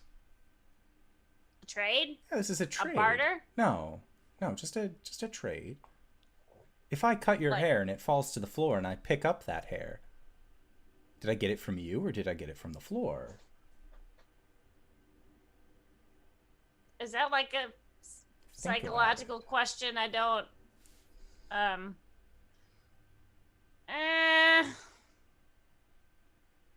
All right, but I get to cut it. Sounds good to me. And he reaches into his pockets. He reaches into his pocket and he pulls out what looks to be a pair of very rusted-looking scissors. Oh, no. I got it. The blades are sharp. Nah, I've done this before. Oh, I'm sure you have. She takes her braid and she's like that much? A little bit less. All right, cool. And she just like Mulans it. And it's in a braid, so it's held together. And as you cut it, you hear the hippo waitress just, "Oh my!" As she just watches, "Oh, there's going to be so many hairs." It's in a hair tie. It's fine. And the individual just pulls out some money. He pulls out 5 gold pieces and then says, "All right, these are yours. If I mean, you said no deals, so you just drop it on the floor. I'll just make sure to give you a donation." All right. She pops it on the table, grabs her drinks and the gold and puts it in her pocket. And she's like, "You have a good day, sir." And he gives you a very wide, toothy smile and as he grabs the hair and says, "It's on the up and up for sure." And then he just stands up without ordering anything, and then he turns and leaves the bar, or he leaves the coffee shop. Gwen walks back to the Caelum, or the table with Caelum, and sets down a tea. Caelum, make a perception check. Yes.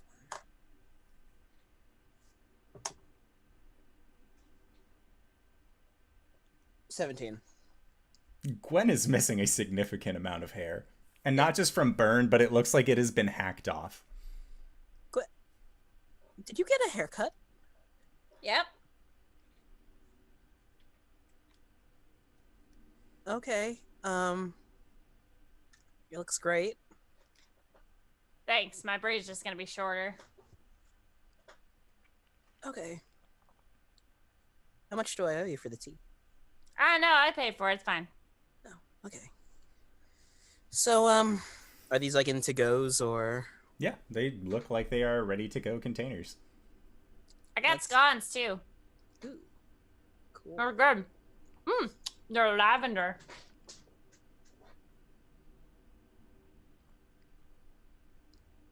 Okay, let's start heading out then. All right, let's find this goddamn door. And as the two of you are standing up to leave, Caelum, you see that there's a red-skinned tiefling man waving a lock of hair in your general direction that looks like that same kind of golden color. And he says, "Thank you again," as he continues to just sort of make his way downtown. You didn't. Huh? What? I didn't what? Caelum, as you watch, this man pulls out a thread of these hairs and just stuffs it into his mouth and continues to walk. That's gross. That's very gross. A dude paid me for my hair. Yeah, he's eating your hair now. It's his now. It's probably gross. I haven't washed it. Well, I washed. And then we went to the plane of fire. You know, people's hairs can be used as a spell component, right? Okay. Is that bad? Did I do Yeah. something bad? You did something a little bad. Well, if he's gonna eat it, that's fine, right? We're in a strange place, and I don't know if the rules apply here, so let's hope nothing bad happens in the next couple of days. He said not to make deals. I made a trade. Yes, you did. Thank you. And if there are any repercussions coming up, well, we'll have to deal with it. We'll have to deal with it. Gwen kind of has this look on her face like, wait, repercussions? That's never happened before. That's not I am my a job. walking repercussion. Yeah, right. As we were going. All right. To the corner of wherever he said, and Yeah. Stinglebobber. Yeah. So as you guys make your way, you also had a instructional sheet that kind of let you know this is where you are, this is where you need to go. So really making your way back is not too big of an issue. And when you arrive at this door that you see has been painted red with these gold filaments kind of engraved around the side, as you go up to the door, you open it up, and looking through this door, you actually see is the chamber that Arillo is in, that you guys had left previously. But rather than teleporting, you just see him going, come on, come on, come on, come on, come on, come on, come on, come on, come on, come on, come on, come gone. Quick steps in. Yeah. Steps in, closes the door. And as you close the door behind you, as your hand with the follow through has the handle on it, the handle comes off of the wall and turns to clay in your hand as the rest of the wall reforms. And Orilla says, "Well, you got the thing, right?" Yeah. "Oh, thank you. Thank you so much." And he takes it, and you see him kind of stuff it into a bag at his side. And he says, "All right, well, that was it for today. So should be about 3 o'clock now. So enjoy your coffee." What? Pardon? 3 in the afternoon. We were only there for like 15 minutes at most. Well, like you said earlier, the whole time moves differently when you're at different places. Sigil, it rests at like the center of everything, so it just abides by its own time. Don't think about it. Got it. It's the best thing to do. Now, All right. you'll see yourself through this large red curtain here. All right. Well, thanks, dude. Have a good rest of your whatever. And he just smiles and nods. And you guys make your way out of things that make you say, wow, back onto the street. And similar to the day previously, Cori, you have just gotten done ordering all of your furnishings and furniture. And you see your two friends coming out of things that make you say, wow. Looking very disoriented, but with 2 small paper cups.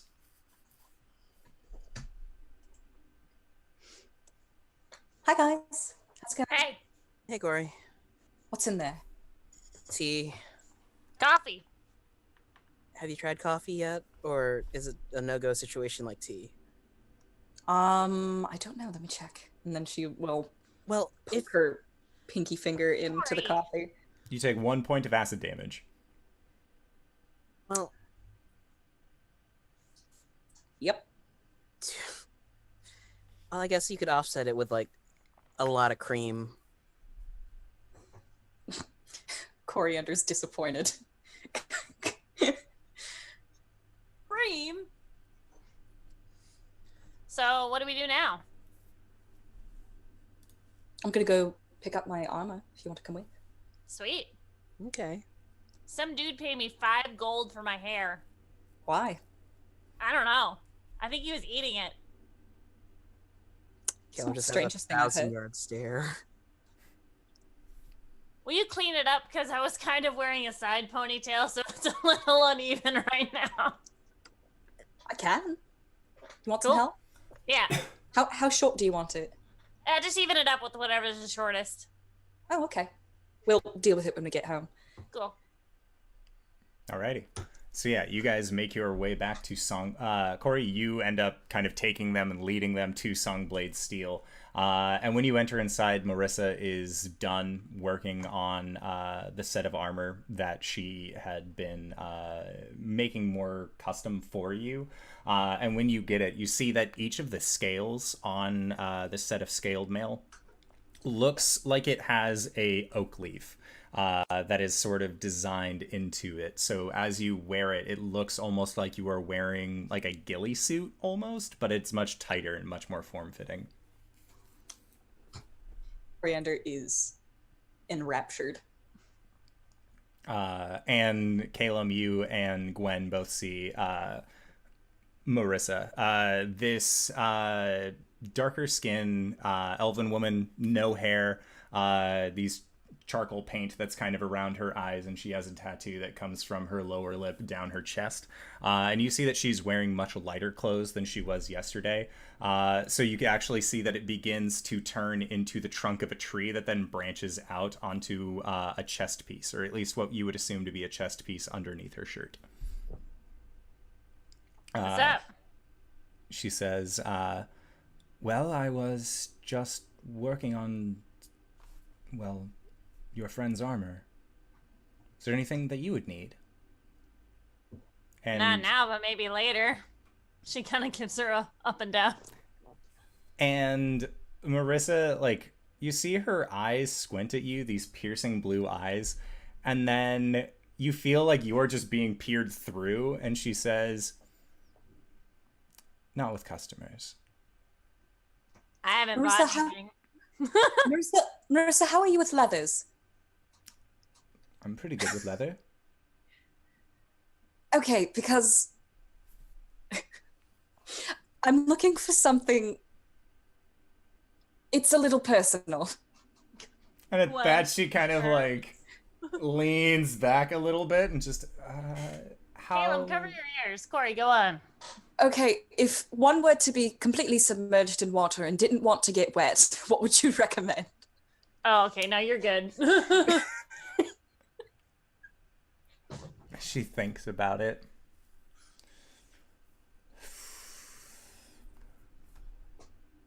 And didn't want to be wet. Mm-hmm. Something magical. Mm-hmm. I thought so. What about like a ring that lets you walk on water? Well, then you would probably want to go to either things that make you say wow or wrist flicks. As they would probably have those in stock. I'm not a magic. I do work my magic on the metal, but I'm not a wizard. Not an enchanter. And it's very fine work. Like, Caleb's like just admiring it. Thank you. It is gorgeous, isn't it? I always wanted to make more than just basic swords and arrowheads, so came here. Now I get to make things for people like you. Coriander's gonna go and try it on. Okay. And it fits perfectly. There doesn't seem to be any more or less space in it than the set of chainmail that you were wearing previously. It seems like it is a much tighter fit. And as you kind of focus on your abilities as well and like put your shawl back on that you had on your ringlet mail as well, you actually see that the color of the leaves on the armor begin to change to fit your autumn form that you are currently in. Mm-hmm. You are a master craftsman. And she just smiles and nods and says, I do my best with what I'm given. And I've never met someone like you before. And she motions towards you, Cori, and says, the Gilskari had stories about Eladrin, but that was it. So I wanted to try to make something for you. Coriander is visibly flattered. She just kind of guffaws and flaps her hands and turns a little pink. Just, oh, it's a, thank you. Oh. Is there anything else that I can get? Are you in need of swords, axes, spears, bows? Anything shield? Cori looks at her compatriots. Nah, I'm good.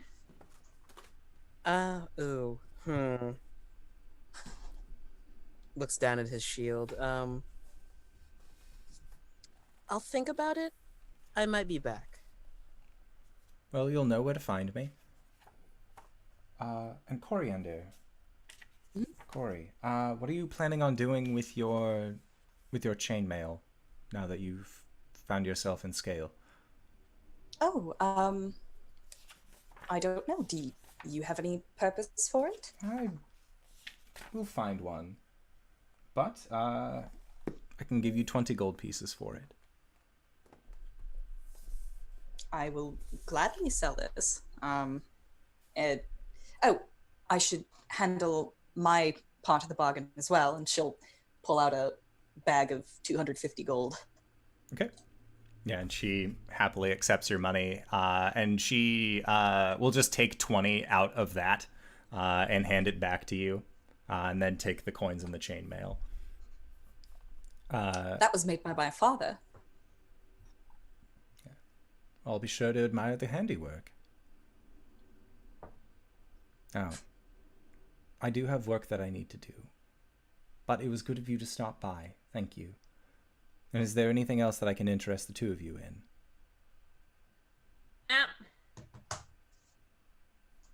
No, I'm fine for now. And she just then departs. She says thank you for your patronage, and then returns back upstairs to her work area where the three of you can just hear this very gentle kind of humming noise coming from up above, followed by intermittent clinks and tangs of metal against metal that just continue to ring much longer than they should. But where would you guys like to go now? Back to the alchemist shop where Arjan is toiling away, or did you have anything else that you would like to do? Pick up lunch for Arjan and then go back to the shop. Sure. All right. So, Arjan, you are busily making your potions. Every once in a while, you have heard the... Sounds like it's coming from the floorboards, but then you'll also hear it coming from the level above you. And every once in a while, you'll hear it like in the walls moving. Just this... If I ever see it, I hex it. It never makes itself visible physically. You just hear it. And then you hear this getting louder, louder, louder, louder until your friends open up the door. And then the growling stops.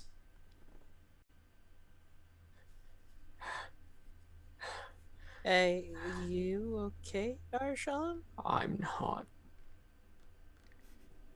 Not at all. What happened? We let a monster in here. Dude, it's not that bad. You have no idea. All right, I'm gonna go clean my room. Gwen goes upstairs and she's gonna start like etching into the walls with her dagger. Okay. Which room are you Gwen taking? is grumpy. Whatever. Okay. It'll just be the first room on your right-hand side. Yeah. Yeah, you just hear Gwen starting to carve into the side walls of the room upstairs. Have lunch for you if you want to take a break.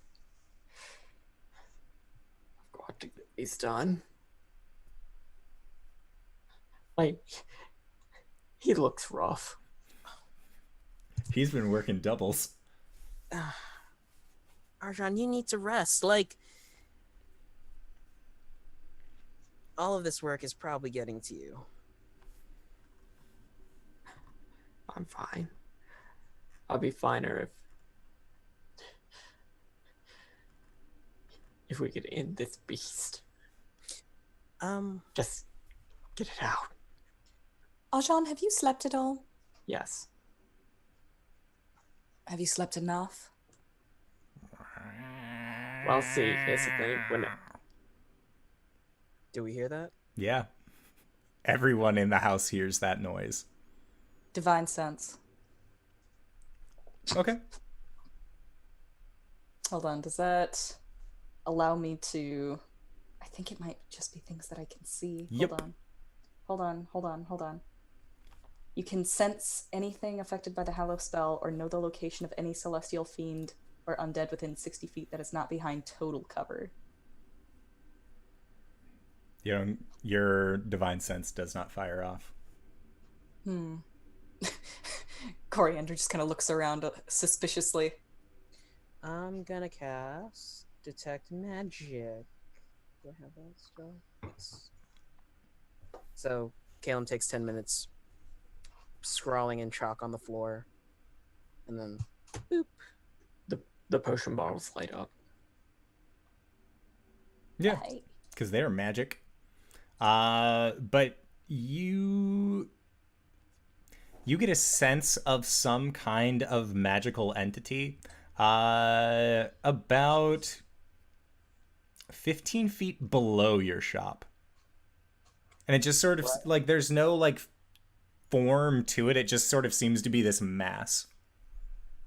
There's something underneath our shop. Do we have like a basement access? Not that you're aware of. You Does just this hear... mean we have to go back in the sewers? And as that noise happens, you just see that form underneath the floorboards just kind of writhes and wriggles a bit. Oh no, that's not a good. No, I don't like that at all. It is the beating of his wretched heart. Thank you. Motherfucking. Sorry, that just reminded me of a Feywild story. Oh, you read? I think I read that one too. How is a raven like a writing desk? Because Poe wrote on both. Eh. Boo. I don't know what Kung Fu Panda has to do with this. So Archon's gonna eat whatever you brought him, It's like a curry bento box. but it's like gonna be paranoid, like looking everywhere, and not whenever the form underneath like starts wriggling, he's not gonna take his eyes off of that spot. His claws are gonna be like lit up with electricity, so if he ever sees it, it is going to be hexed. Yeah. It's 15 feet underneath, right? Yeah. Is there a sewer access to get underneath the house? Not that you're aware of. You didn't really get a very good city plan from Arasthk before you guys ended up getting your place. I could always ask a guard. Sorry, it seems that there's something underneath our house. He's like, Caelum's walked outside. Okay. You see that there is a small patrol of kobolds walking by, and when you say that there's something under your house, they look excited. They turn towards you and kind of look excitedly. Is it mice? Is it rats? Um, And one of them just licks their kobold lips when they say it, it might be a cat. and then all of them just frown I mean, if and you guys look at don't want each to take other. care of it. What cat? Which cat? The one taken from Greybeards? And they all look at each other and look back at you and just Okay, that's fine. I was just wondering if you all knew if there was like a sewer entrance or something that we can go and take care of it. Not for civilians, no.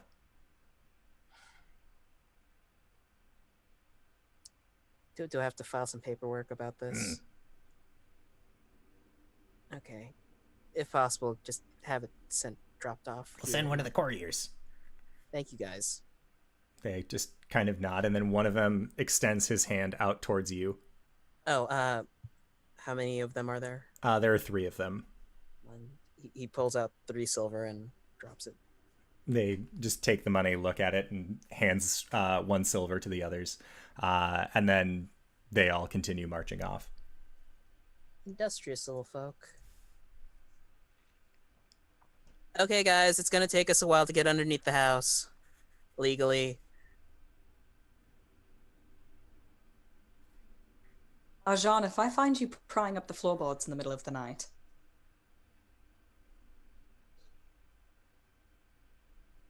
I don't have anything to say after that. That's just a You threat. just get the little eye twitch from Archon. Every now and then it sparks with the actual light, the yellow green light, but then fades out. Oh, I forgot to say, I'm going to send Ampleforth back with another letter, and essentially tell my dad to start looking at patterns for plate, but we can't do anything yet because I'm out of money. And when you send Ampleforth with this, he raises his head like it is the most noble task that he has ever possibly received. And he He We'll salute. he yeah, he'll raise one of his hooves up and give you a salute as he does, as he kind of just like fades off into a nice breeze that rolls by as you send him back to the Feywild. He's my son now. He's my son. You can't have him. You can never take him from me. Goodbye. Shaking a handkerchief. All right. And then later in the evening, your guys' furnishings for the shop, as well as the rooms above, end up coming in without any issue. It seems like a bunch of kobold movers have been hired to get all of your things taken care of. And Caelum, you are eventually greeted by one of the kobold couriers who hands you a 6-page document about how to request access for how to request sewer access in the residential district.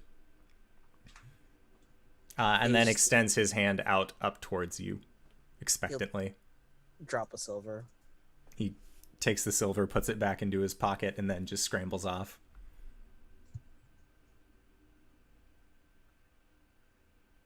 And So much paperwork. And looking through the paperwork, you know that it probably won't get processed for at least 10 days.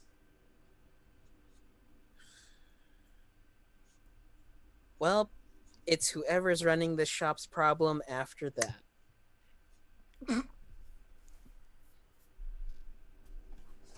Okay. Yeah, so as you guys are setting up your rooms as well, you look into the room where Gwen had initially trapped Frankie the cat into the room in a cage, and you see that the cage looks like the metal was busted out, and the door, while it was it was more of like a handle. And you can see that there are claw marks that stretch up towards where the handle was until eventually it looks like he was able to push it open himself. Not my room. And Gwen has already established her room. Cori, are you claiming either of the 2 remaining rooms for yourself? One of which that did have Frankie's presence in it? Cori will take it. Doesn't matter. She sleeps in the living room anyway. This is true. Quote unquote sleeps, trances, Eladrin things. Mm-hmm. Yeah, so you guys ended up getting all of the furnishings for a residential space above your shop. And then did you have any plans going into the evening, or would you guys just like to rest and go into the next day? Second potion. Okay. Gwen's gonna go out. Where are you going, Gwen? Out. Thank you. Going to the bar. I don't get to use this often, but at some point during the day, I'm gonna blow my use of channel divinity turn undead. Ooh, interesting. Okay. Yeah, you do not get a active response from the amorphous mass beneath your house. I don't like that word. It's 2 words. All right, so Gwen, you are going to the bar? Yeah, she's just gonna try to get laid. All right, make a persuasion check. Or just like a general charisma check. I imagine that every time this happens, like Indor goes, okay, and then like inside his brain a roulette wheel starts spinning and it's like, who's it gonna be tonight? She rolled a 7. So let's see here. Yeah, you end up finding a partner. They have a pretty gnarly looking face scar that you can see is led to their right eye being very milked over. You can see that there are like bits and chomps missing out of their right arm, as well as their hand is missing and has been replaced by a hook. They seem like they were a sea trader that came from the Far East and got caught in a shipwreck. They don't look nearly the best. It kind of makes you regret having shunned Mugwort only slightly. Like the nose is just very broken and broken, crooked. A lot of the teeth are just sort of rotting in the mouth. This Oh yeah, isn't- no, she is not gonna do that. No, he seems down. Yeah, she's like not gonna lead him on or anything. She's just gonna be like, all right, I'm gonna go home. Have a good drink. It's on me. Passes the coins over and just like walks home, kicking rocks. Okay. So yeah, you go home kicking rocks. And when you arrive, Blake is or Arjan is just finishing the last potion that he is making. As the tears just like streaming down his eyes. Dude, are you okay? I will kill this cat. Do you want to go sleep at Greybeard's? I will kill this cat. Hey, buddy. She like snaps at his crotch. Hey, down here. Look down. Hi. Hey. Hi.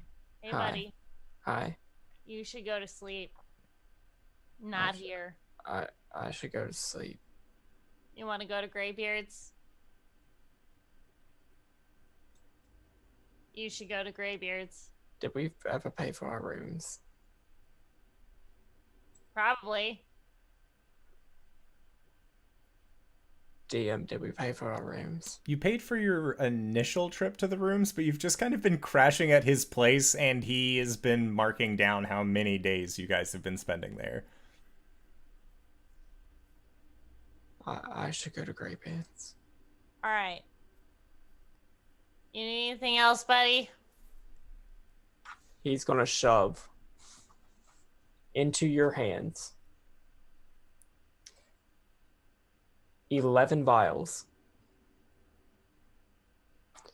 One of which looks very shiny and expensive. 4 of which are full of some red liquids. 6 of which are full of his own acid vial. Why are you giving me these? Put them somewhere safe, where that beast can't get them.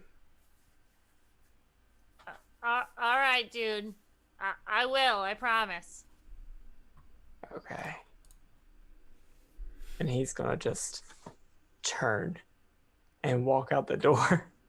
Okay. And Gwen is going to pause for a second, look at the vials, and walk very carefully up the stairs to Caelum's room.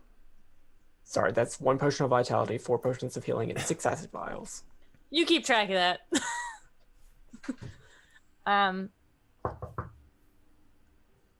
Yeah. I just startled my dog. Sorry. Hey, Blake gave me something that to keep safe, and they're very fragile. Okay. Just Caelum gets up and gets to the door. Oh, that is a lot. Yeah. I don't know how this entity's gonna. What's the word? Act on this house, like affect it. So maybe storing it here, all that good stuff. It's not such a good idea. Okay. Well, what do you want to do with them? We can take him back to Greybeard's for a bit and hole him up in the room with our stuff. Okay. Let me just Caelum takes like half of the potions to make it easier. Hey, Caelum. Hey. This is gonna sound dumb. Do you find me, like, desirable? And she, like, puts her hands up. I mean, he thinks for a second.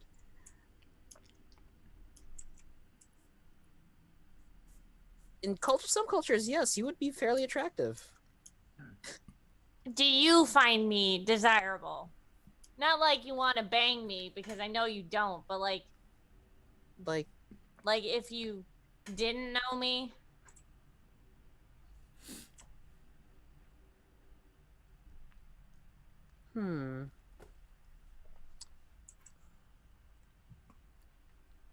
Maybe I'm not really that great on this subject. Yeah, I know. It's fine. Let's go. I think you're beautiful, Gwen. Ah! Oh, I'm sorry. Was I not supposed to be listening to that? Nope. I can go. I can leave. We're about to go to GB's anyway. Oh, that sounds great. I'll go with you. If you guys are gonna take that, I'll just stay here. Are you sure? Yeah, it's just a cat. But it is very noisy. It is. I don't know how anyone could live with that. You've never lived in a Goliath camp before. Fair enough, I haven't. Oh. Cool. Have fun. Have a good night, Gwen. She gives them the deuces and goes into her room. We should probably check out of Greybeard's. How much do we owe him? I assume a sum of money. We should probably find out. Yeah. Gwen, Cori, Cori and Caelum make their way to GB's tavern. Okay. Yeah, so by the time that you get there, Arjan, you have already been at GB's. I'm assuming... And I would have also asked him what our running tab was, that I was going to stay there one more night and close it out. He lets you know that you guys will currently be owing him 20 gold. Okay. What the party funds are for.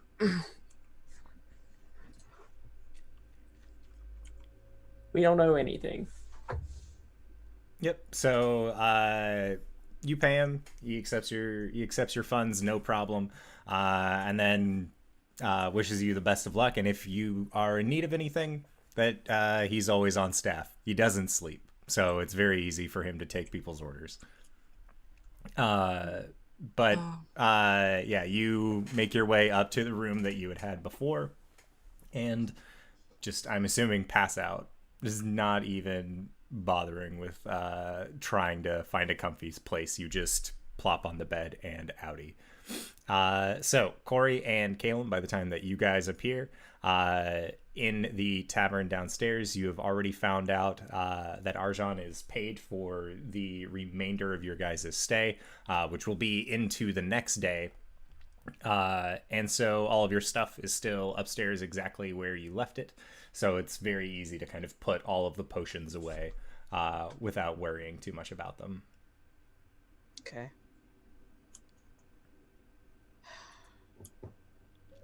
So, have a good night. I'll try. Yeah. Caelum just sits down, starts trancing.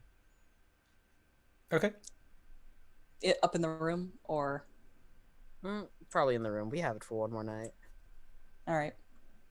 Yeah, Cori will trance in the room too. Okay. Are you guys trancing together? We're just near each other. Would that be awkward? I feel like that would be awkward. It's like sleeping in the same room as somebody. It's not awkward. Yeah. They're not there's no special thing going on tonight. Okay. All right, so yeah, Cori, your trance goes by completely uneventfully. Caelum, you are going back to the library for what? He's not going to the library. He's going to the edge of the plateau. Okay. And he just sits down and just takes it all in. Yeah, sounds good. So you find yourself at this large stone plateau, or it's kind of dirt on top. And looking down, you can see, again, your path that leads from that leads over from the temple where you were raised, and leads over to Shroudport and creeps up along the side of what the outline of what looks to be the country as a whole. And then you see it go off into Arasthk, and then just almost like a family circus, where is Jeffy? You just see lines kind of extending all around the Isles of Arasthk from your time spent there. And as you are looking at this elemental royal that is just unfolding in front of you, you see that there are what look to be large crashing oceans off in one distance, and then in another you see that there are these large mountainous crags that just sort of seem to be a hotbed of tectonic activity, of just large juts of rock just kind of interchanging amongst themselves. You see then the what you would guess to be the plane of fire is just these large flames just flicker off in the distance. And then you also see what looks to be a very dark windstorm off in the corner of yet another angle from where you can see. And you see areas where they kind of merge and line up to each other almost. And if he looks straight up, what does he see? If you look straight up, you see that there is a multitude of color, but it doesn't have any particular origin. It just sort of seems to kind of be free-flowing through the sky. These very rich purples and blues and yellows and greens that all just seem to be lazily floating. They don't actually have any kind of tangible spot where they can go. He probably just lies back and watches it for the rest of his trance. Okay. Yeah, so then Cori and Caelum, you wake up 4 hours before any of your other companions do. Having finished your trances, is there anything else that you guys would like to do before the rest of the group wakes up?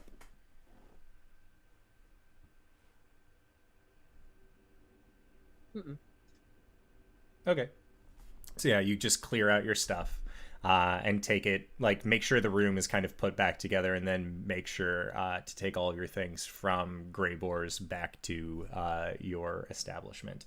And Gwen, you get a very fitful night's sleep, mostly because you keep trying to get comfortable and you keep hearing these loud meows, just they're omnipresent at this point. They don't seem to actually come from any one direction. They just sort of seem to be around you. I have an advantage against being frightened. That's true. Yeah. Fine. So you're doing fine. Yeah. And Arjan, you wake up the next morning feeling well rested, and you make your way back to Dragon's Drafts. Unless you had any other stops you wanted to go to on the way. No, but I do want to see if there was any way to get under the house. Just like if a cat could do that. Well, cats are liquid, but if he could perceive anyway. Make a survival check.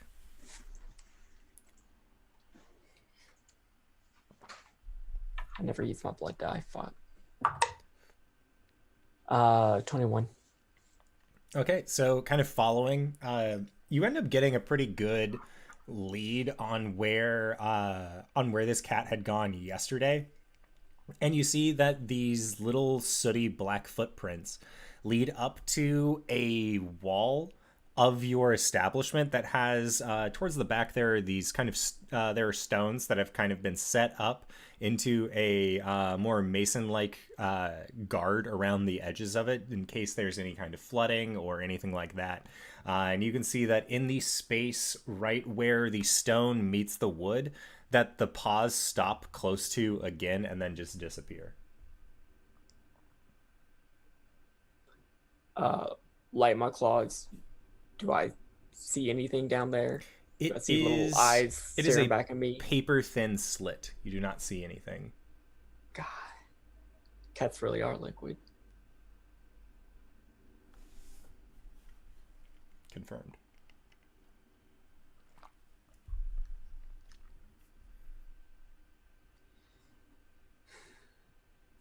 I'm just gonna take a mental note of it and go back and start making today's potions. Okay. All right. I assume I wake up to him retching downstairs. Yep. Wow, it's like being at Grandma's house. Ugh. Yeah. Oh. Yeah, thanks for that. Gwen's gonna go downstairs. What's up, dude? You alright? Oh, you're doing the thing. Putting a stopper on an acid vial. Yeah. How the hell did you sleep through all that? I'm a halfling. It's not easy to scare me. Okay. Cool. Plus, when you live in a Goliath society, there are these things called like orgies, and they kind of go on all night. And when you're too little to be a part of them, you learn to sleep through them. I can go into more detail if you wish, but I figured. Yeah, definitely prefer you didn't. Mm-hmm. Are we there? Yeah, you guys said that you wanted to be at the shop in the morning. Caleb's just sitting on a countertop blinking. Ah, fuck. Cori's next to him. When the hell did y'all get here? Before you started your first acid vial. We Makes only sense. transfer for hours. We've been here for a long time. You guys need to like breathe or say something. Only 4 hours of sleep, you have so much time for activities. We should build bunk beds so we have more space. Flavor infused potions. What? Could you try that? Like, What via what gimmick. kind of flavors? Bubblegum. For the Like, kids. bubblegum, mint. Shifty eyes. I mean, I guess I could, but it would ruin the alchemical integrity of the actual Yeah. concoction. Unless it was like something really strong that didn't actually taste like the thing that it was describing. Licorice. Yeah. Have y'all ever had grape medicine? Yeah. They don't know what grape tastes like. Grape does No. not taste like that, sir. No. Or mayo. Excuse me, sir. We'll get into that in Nights in the Courtyard. Write it down. We'll forget otherwise.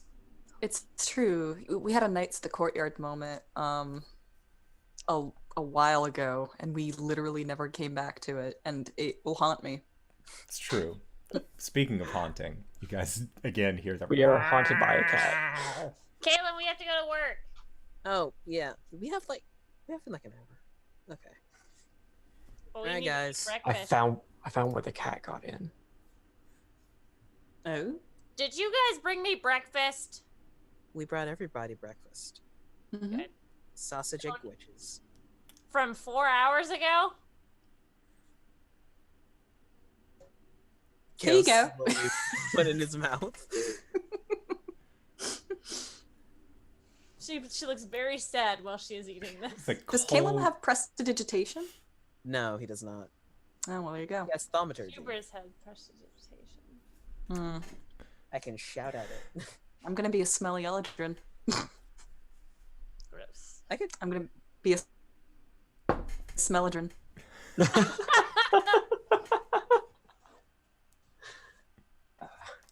This is a good one. So yeah, he's just making potions. He will show everybody where the cat got in, and then continue to make potions. Cool. Gwen's gonna go to work. Yep. Cori's gonna go to work. She's gonna put her hair up and then go talk to some investors. Where do you find an investor? Make another history check. Oh, okay. I don't know what's investor with you. This is a mystery. Why'd I put my dice away? Come back here, you. Ooh, what's I was that? I was 12. Nice. fidgeting with my dice and tied them up so I couldn't get to them. Ooh, that's a 15. Nice. You remember hearing from Oliviette that the leader of the cell sales, Tifa, would probably be a good person to talk to about becoming an investor. All right, Coriander is going to put her hair up like her mom does, in a nice tight high ponytail, and she's gonna go and find herself a Tifa. Okay. Sounds good. So yeah, you will be heading out to find yourself a Tifa. Does Cori know that Tifa stole from us? I think Gwen yes. did come downstairs at the birthday party saying, "That bitch! She stole from me!" It's entirely possible that Coriander completely missed that. I'm gonna roll an insight check just to see. I Okay. don't know. It's a 17. So yeah, she knows. She knows everything. It's true. I go find a Tifa. Okay. Yeah, so you are heading out trying to find the main office of the cell sales. Make a investigation check. Why do I keep doing things that require intelligence? Natural 20. Nice. So you know that the cell sales head office is located across the harbor in a more diagonal direction. If you squint hard enough from the back of your current establishment, you can actually see their headquarters. And when you reach it, you see that there are several humans that are kind of just standing around. This seems like primarily a human establishment, at least as it is right now. You see one of them is reading out of a very waterlogged book and is currently just taking drinks of water while he's reading them. But then you see him kind of like splash water onto his face. And the brackish quality of it as he splashes himself with it reminds you much more of seawater than it does kind of fresh water. You can see that there's even little bits of sand still in it. And he just seems to be saying some prayers to himself and tosses 2 silver coins down into the harbor itself and just watches as they sink in. And then you see him close his eyes and clutches what looks to be a seashell around his neck as he continues to say his prayers. Then you see that there is an individual that has what look to be very pointed teeth, and he seems to be talking to another individual, and he's just, "Look, Smoke, what I don't understand is that she's saying that she's looking for people to hire, and you don't want to do this." And the other individual crosses his arms and just, "Look, Crow, we've been through this. We're not going to work for her unless it's absolutely necessary." And they just sort of seem to be having this back and forth about whether or not they should hire themselves out to the cell sales. And when you walk in, you see that there is an older, kind of tanned-looking human man, very weathered, who looks you up and down as you walk in and just says, "New recruit?" I'm afraid not. "What business do you got here?" I would like to speak with Tifa. He kind of gets a smile across his face and says, "What'd she do?" Nothing yet. Hopefully. "Fair enough." And he he cups his hand to his mouth and just yells for her, just, "Tifa!" And you hear from the second floor, from down a flight of stairs, "What?" And then he continues to yell, "There's somebody here for you." "Well, send them up then." And he just motions for you to go to the stairs. Thank you. And Coriander will, as she's moving, she's moving with a lot of dignity and will keep her head pretty high. But is she going onto a boat right now? No.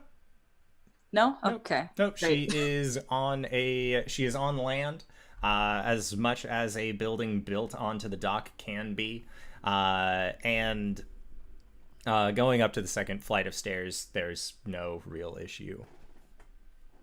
And you see that there is a door that's open, and kind of hanging in front of it is what looks to be like a shaved part of a Prospar statue that's kind of just been adjusted, hanging onto the door.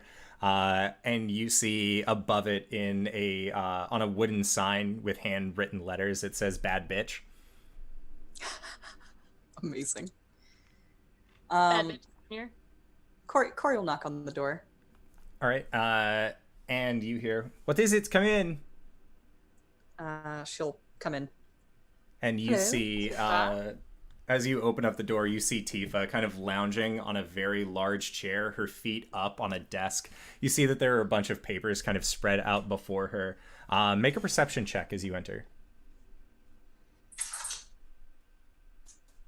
2 on the die. Okay. Yeah, nothing really seems out of the ordinary, and her personage is just kind of filling up the room in terms of personality. And she just says, "Oh, Cori, was it?" She That's puts right. her feet down from the desk and says, "Well, sit. Have you decided to break with your adventuring party and come work for the cell sales?" Ha! No, I'm afraid not. In fact, I was wondering if you find yourself in need of any potions. Well, I do have a need for some potions. They're always helpful. Why do you ask? I have good news for you, because there's a new establishment in town, and I can give you a discount. Like, what's the discount? Is this going to be like a 5% off your overall bargain? Is this free shipping? What kind of discount is this going to be? What kind of discounts can I offer? I don't know. What kind of discounts do you want to offer? This is entirely up to Cori as to what her negotiation tactics are. She did not talk with Arjan about possible discounts beforehand. So, Shit. what is it, like a buy two get one free? Hey, God, I BOGO? don't know. I literally don't know what's going to be good here. I'll offer her something. Do I know what Oliviette got in terms of a discount? You know that Oliviette got, as an investor, a straight market markdown for the potions that she was going to be receiving. I will offer her something slightly worse than what Oliviette got. Okay. So Oliviette, I believe, was, I think hers was like 15% off the overall price. So you would be offering Tifa 10. Sure. Okay. And she sees your offer and says, I mean, like, how much are you wanting me to invest? 10% off is nice, but it's like, what? I throw you a couple hundred gold now, and then later, I don't see it. Maybe if there was more of an incentive for me to, want to invest in this up and coming business, this new structure. What do you have in mind? How about 20%? That seems a bit steep. How can you make that worth it for me? Think about the number of people that are in the cell sales. If every single one of us is always going in and we are going to your shop specifically to buy our potions, we are going to be bringing in business and we are making sure that your stock is moving. 20% for that guarantee seems reasonable to me. I'm going to have to talk to my people. Well, if you talk to your people, I'm not exactly sure. Maybe I talk to my people and find myself a better deal on potions.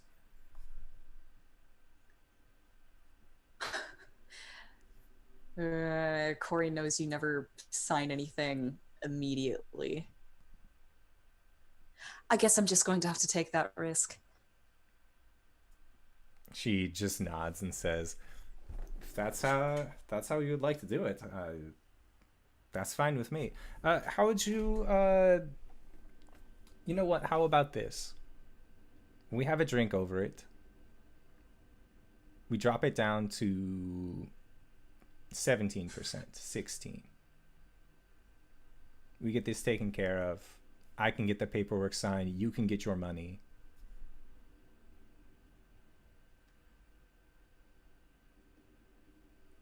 From what I heard 15%. in the bars, you and your friends don't have exactly much time left on this island. Which is why this is a limited time offer.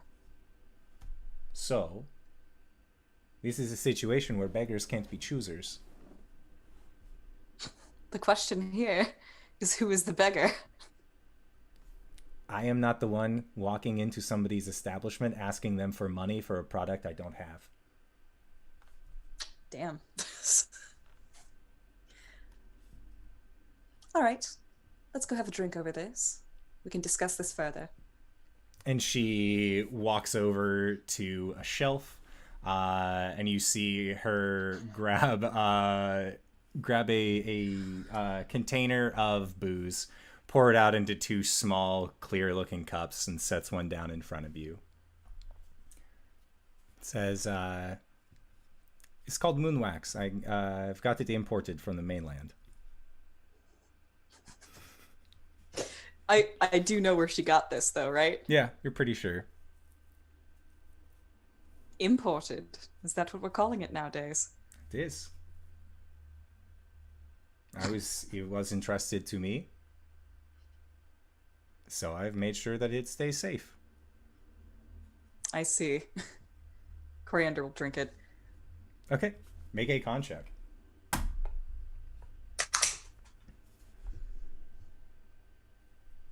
Are you considering her a friend for your buzzkill aura? Yay or nay? Does this make a difference? I don't know. It's entirely up to how you perceive it. Also, I rolled a dirty 20. I'm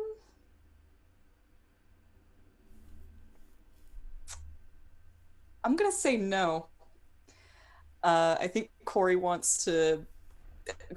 sees this as an opportunity to see what she's made of. Like, Okay. she wants to see how she does on her own.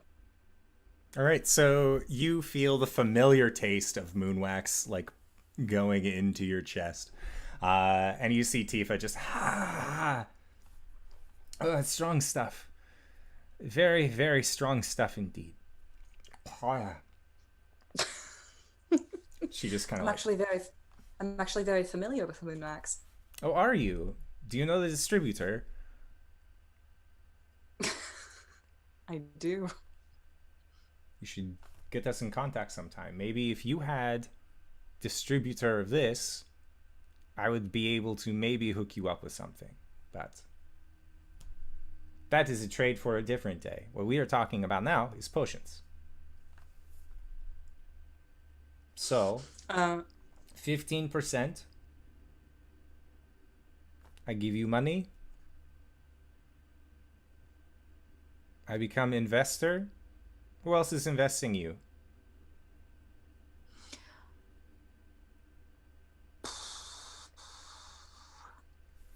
Do you know Oliviette? I do. She's nice. Doesn't really come around that often. Coriander's going to lean back and kind of relax a little bit, and she's like, 15% is a privileged discount for friends. Are we friends, Tifa? Did I not navigate your ship when you were lost at sea back to the island?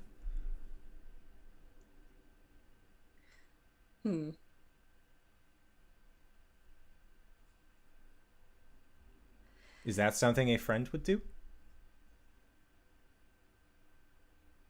Oh, well, a good person might navigate a ship for people who are indisposed. It doesn't necessarily answer my question. Are you my friend? I would like to think we are friends. Make a perception check as the two of you are talking.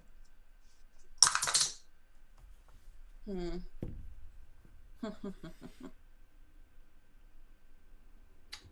Flat 10. Okay. As you're staring in Tifa's eyes and you guys are having this conversation, you can see that her eyes are starting to get slightly milky. But it seems to kind of be like steadily creeping on, and then she'll like blink a couple times and it'll slightly go away. And then you'll just see it kind of steadily begin creeping back, and she's like rubbing her eye while she's talking to you. It's strong stuff.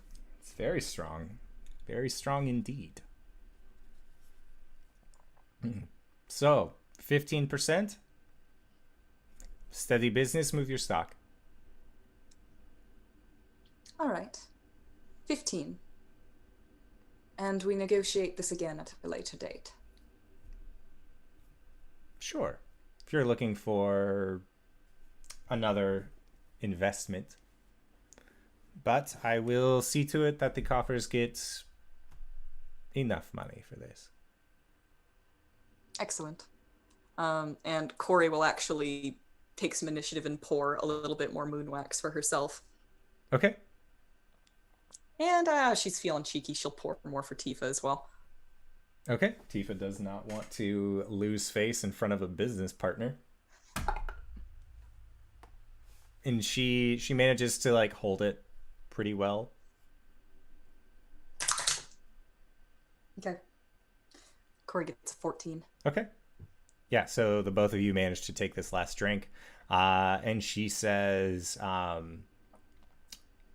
so initial investment, 800 gold sound good? How much did I get from Olivia? You didn't get anything from Olivia because she said that she wanted to see product first.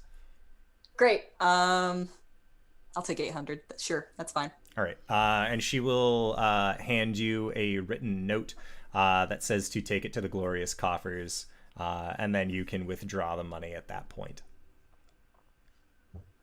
Right. And as you are leaving Tifa's presence, you see out of the corner of your eye that as she just kind of like arms crossed, feet up on the desk, watches you go, just stone-faced, the milk in her eyes just folds over, like goes over, and you know that she is currently blind looking in your direction.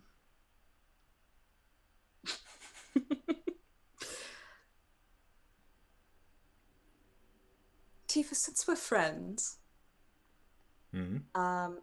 she'll lean in and put a hand on her and say, "You can keep the moon wax." And then she'll lay on hands her to get rid of the blindness. Okay. And as you cure the lay on hands and her vision comes back again, she just stone-faced looks at you and says, "I don't know what you mean. It was imported." Cori just doesn't winks as she... break.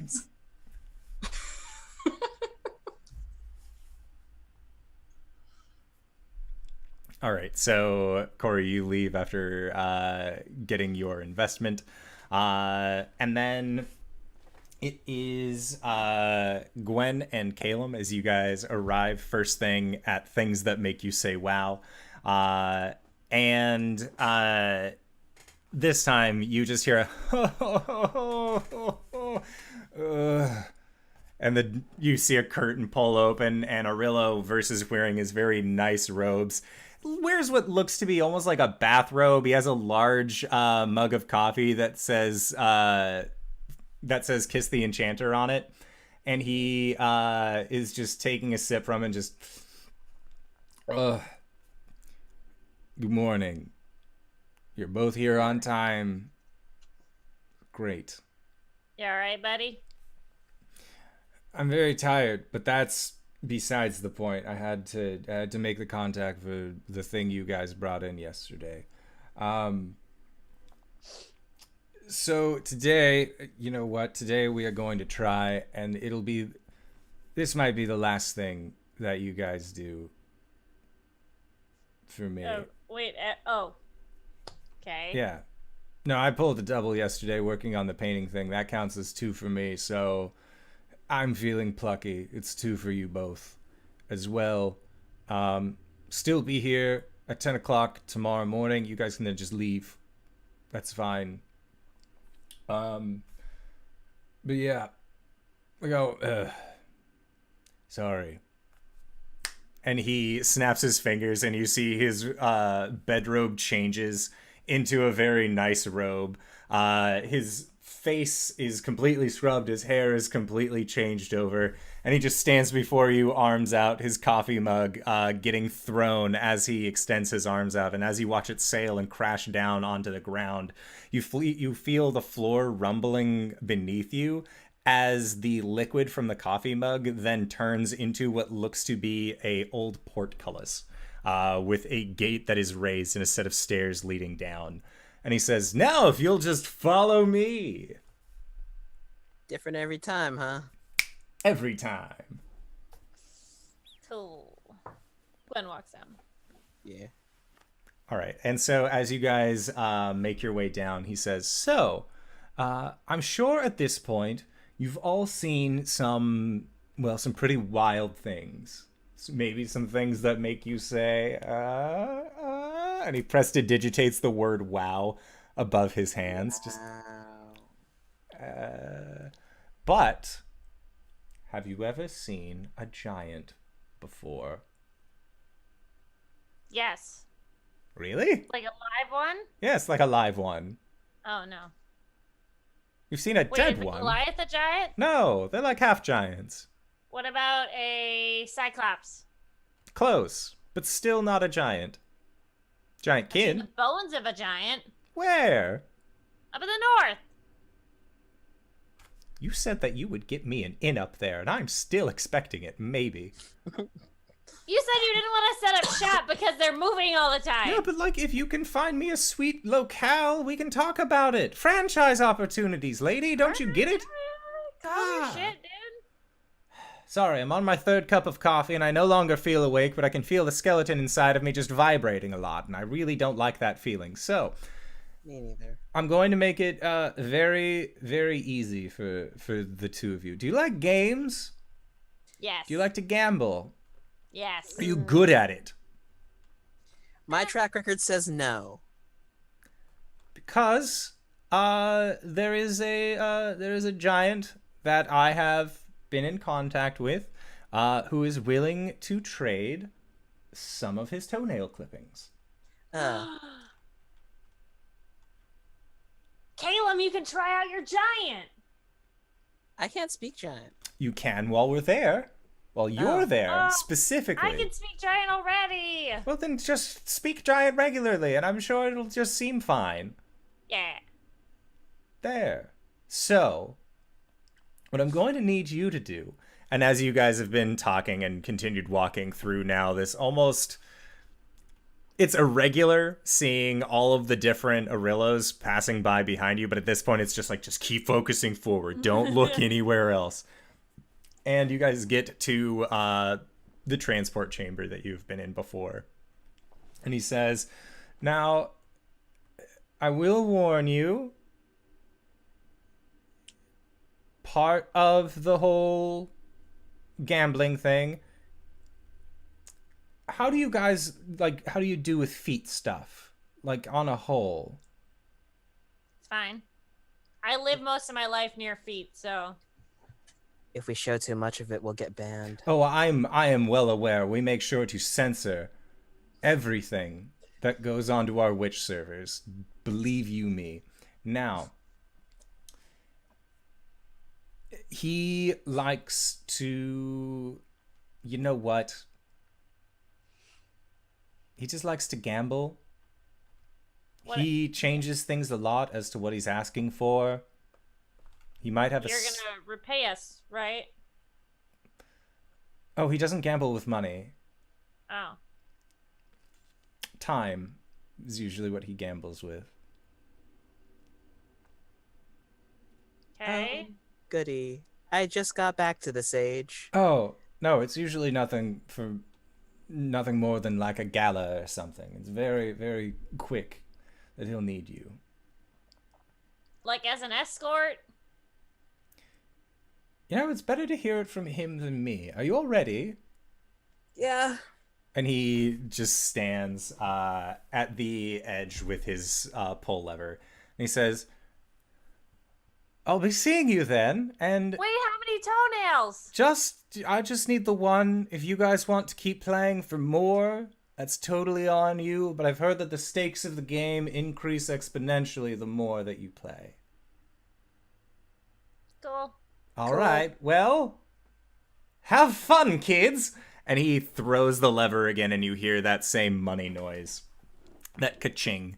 As the two of you then have your vision surrounded with white until eventually you find your forms standing in this rather large foyer, and it looks like it stretches up to be maybe 50 feet tall ceilings. Or 50-foot tall ceilings, and looking around you can see that there are large pieces of furniture as well that all seem to be to scale to the size of this foyer. And on top of one of these dressers, Gwen, make a perception check. She's gonna lean over to Caleb. This is how I feel all the time. Just be aware. Huh. 6. Okay, you see what looks to be a large glass decanter that is full of some form of liquid, but you aren't necessarily sure what that liquid is. And as the two of you are standing around looking, you just hear and floating down from a set of stairs that kind of stretch across as there is a walkway above the foyer. You see what looks to be a large, about 25-foot tall individual, light blue skin, hair that kind of floats around his head, almost like they are clouds, with these very pale blue eyes, and just says, Oh, we have new players. I'm so excited. And that is where we will call it for tonight's game. So I fold. So, I would like to say, first and foremost, thank you to all you players for putting up with my bullshit weekly. Thank you to everybody who has joined us for this wonderful session. We found out over the break we have the 2 winners to announce for our giveaway. So, I would like to say first place goes to Ficked Up. So, hey Ficked Up, congratulations. I will be contacting you later because you won this awesome Elderwood Academy custom spell book. And the person who won the Sinister, the Mythica Sinister Emerald dice from Die Hard Dice is none other than our dear friend Daddy Warbucks. So, hey Daddy, you want to get some dice? I'm gonna message you about them later. So, congratulations to Ficked Up and to Daddy Warbucks for entering into our giveaway contest. It was actually really cool to see.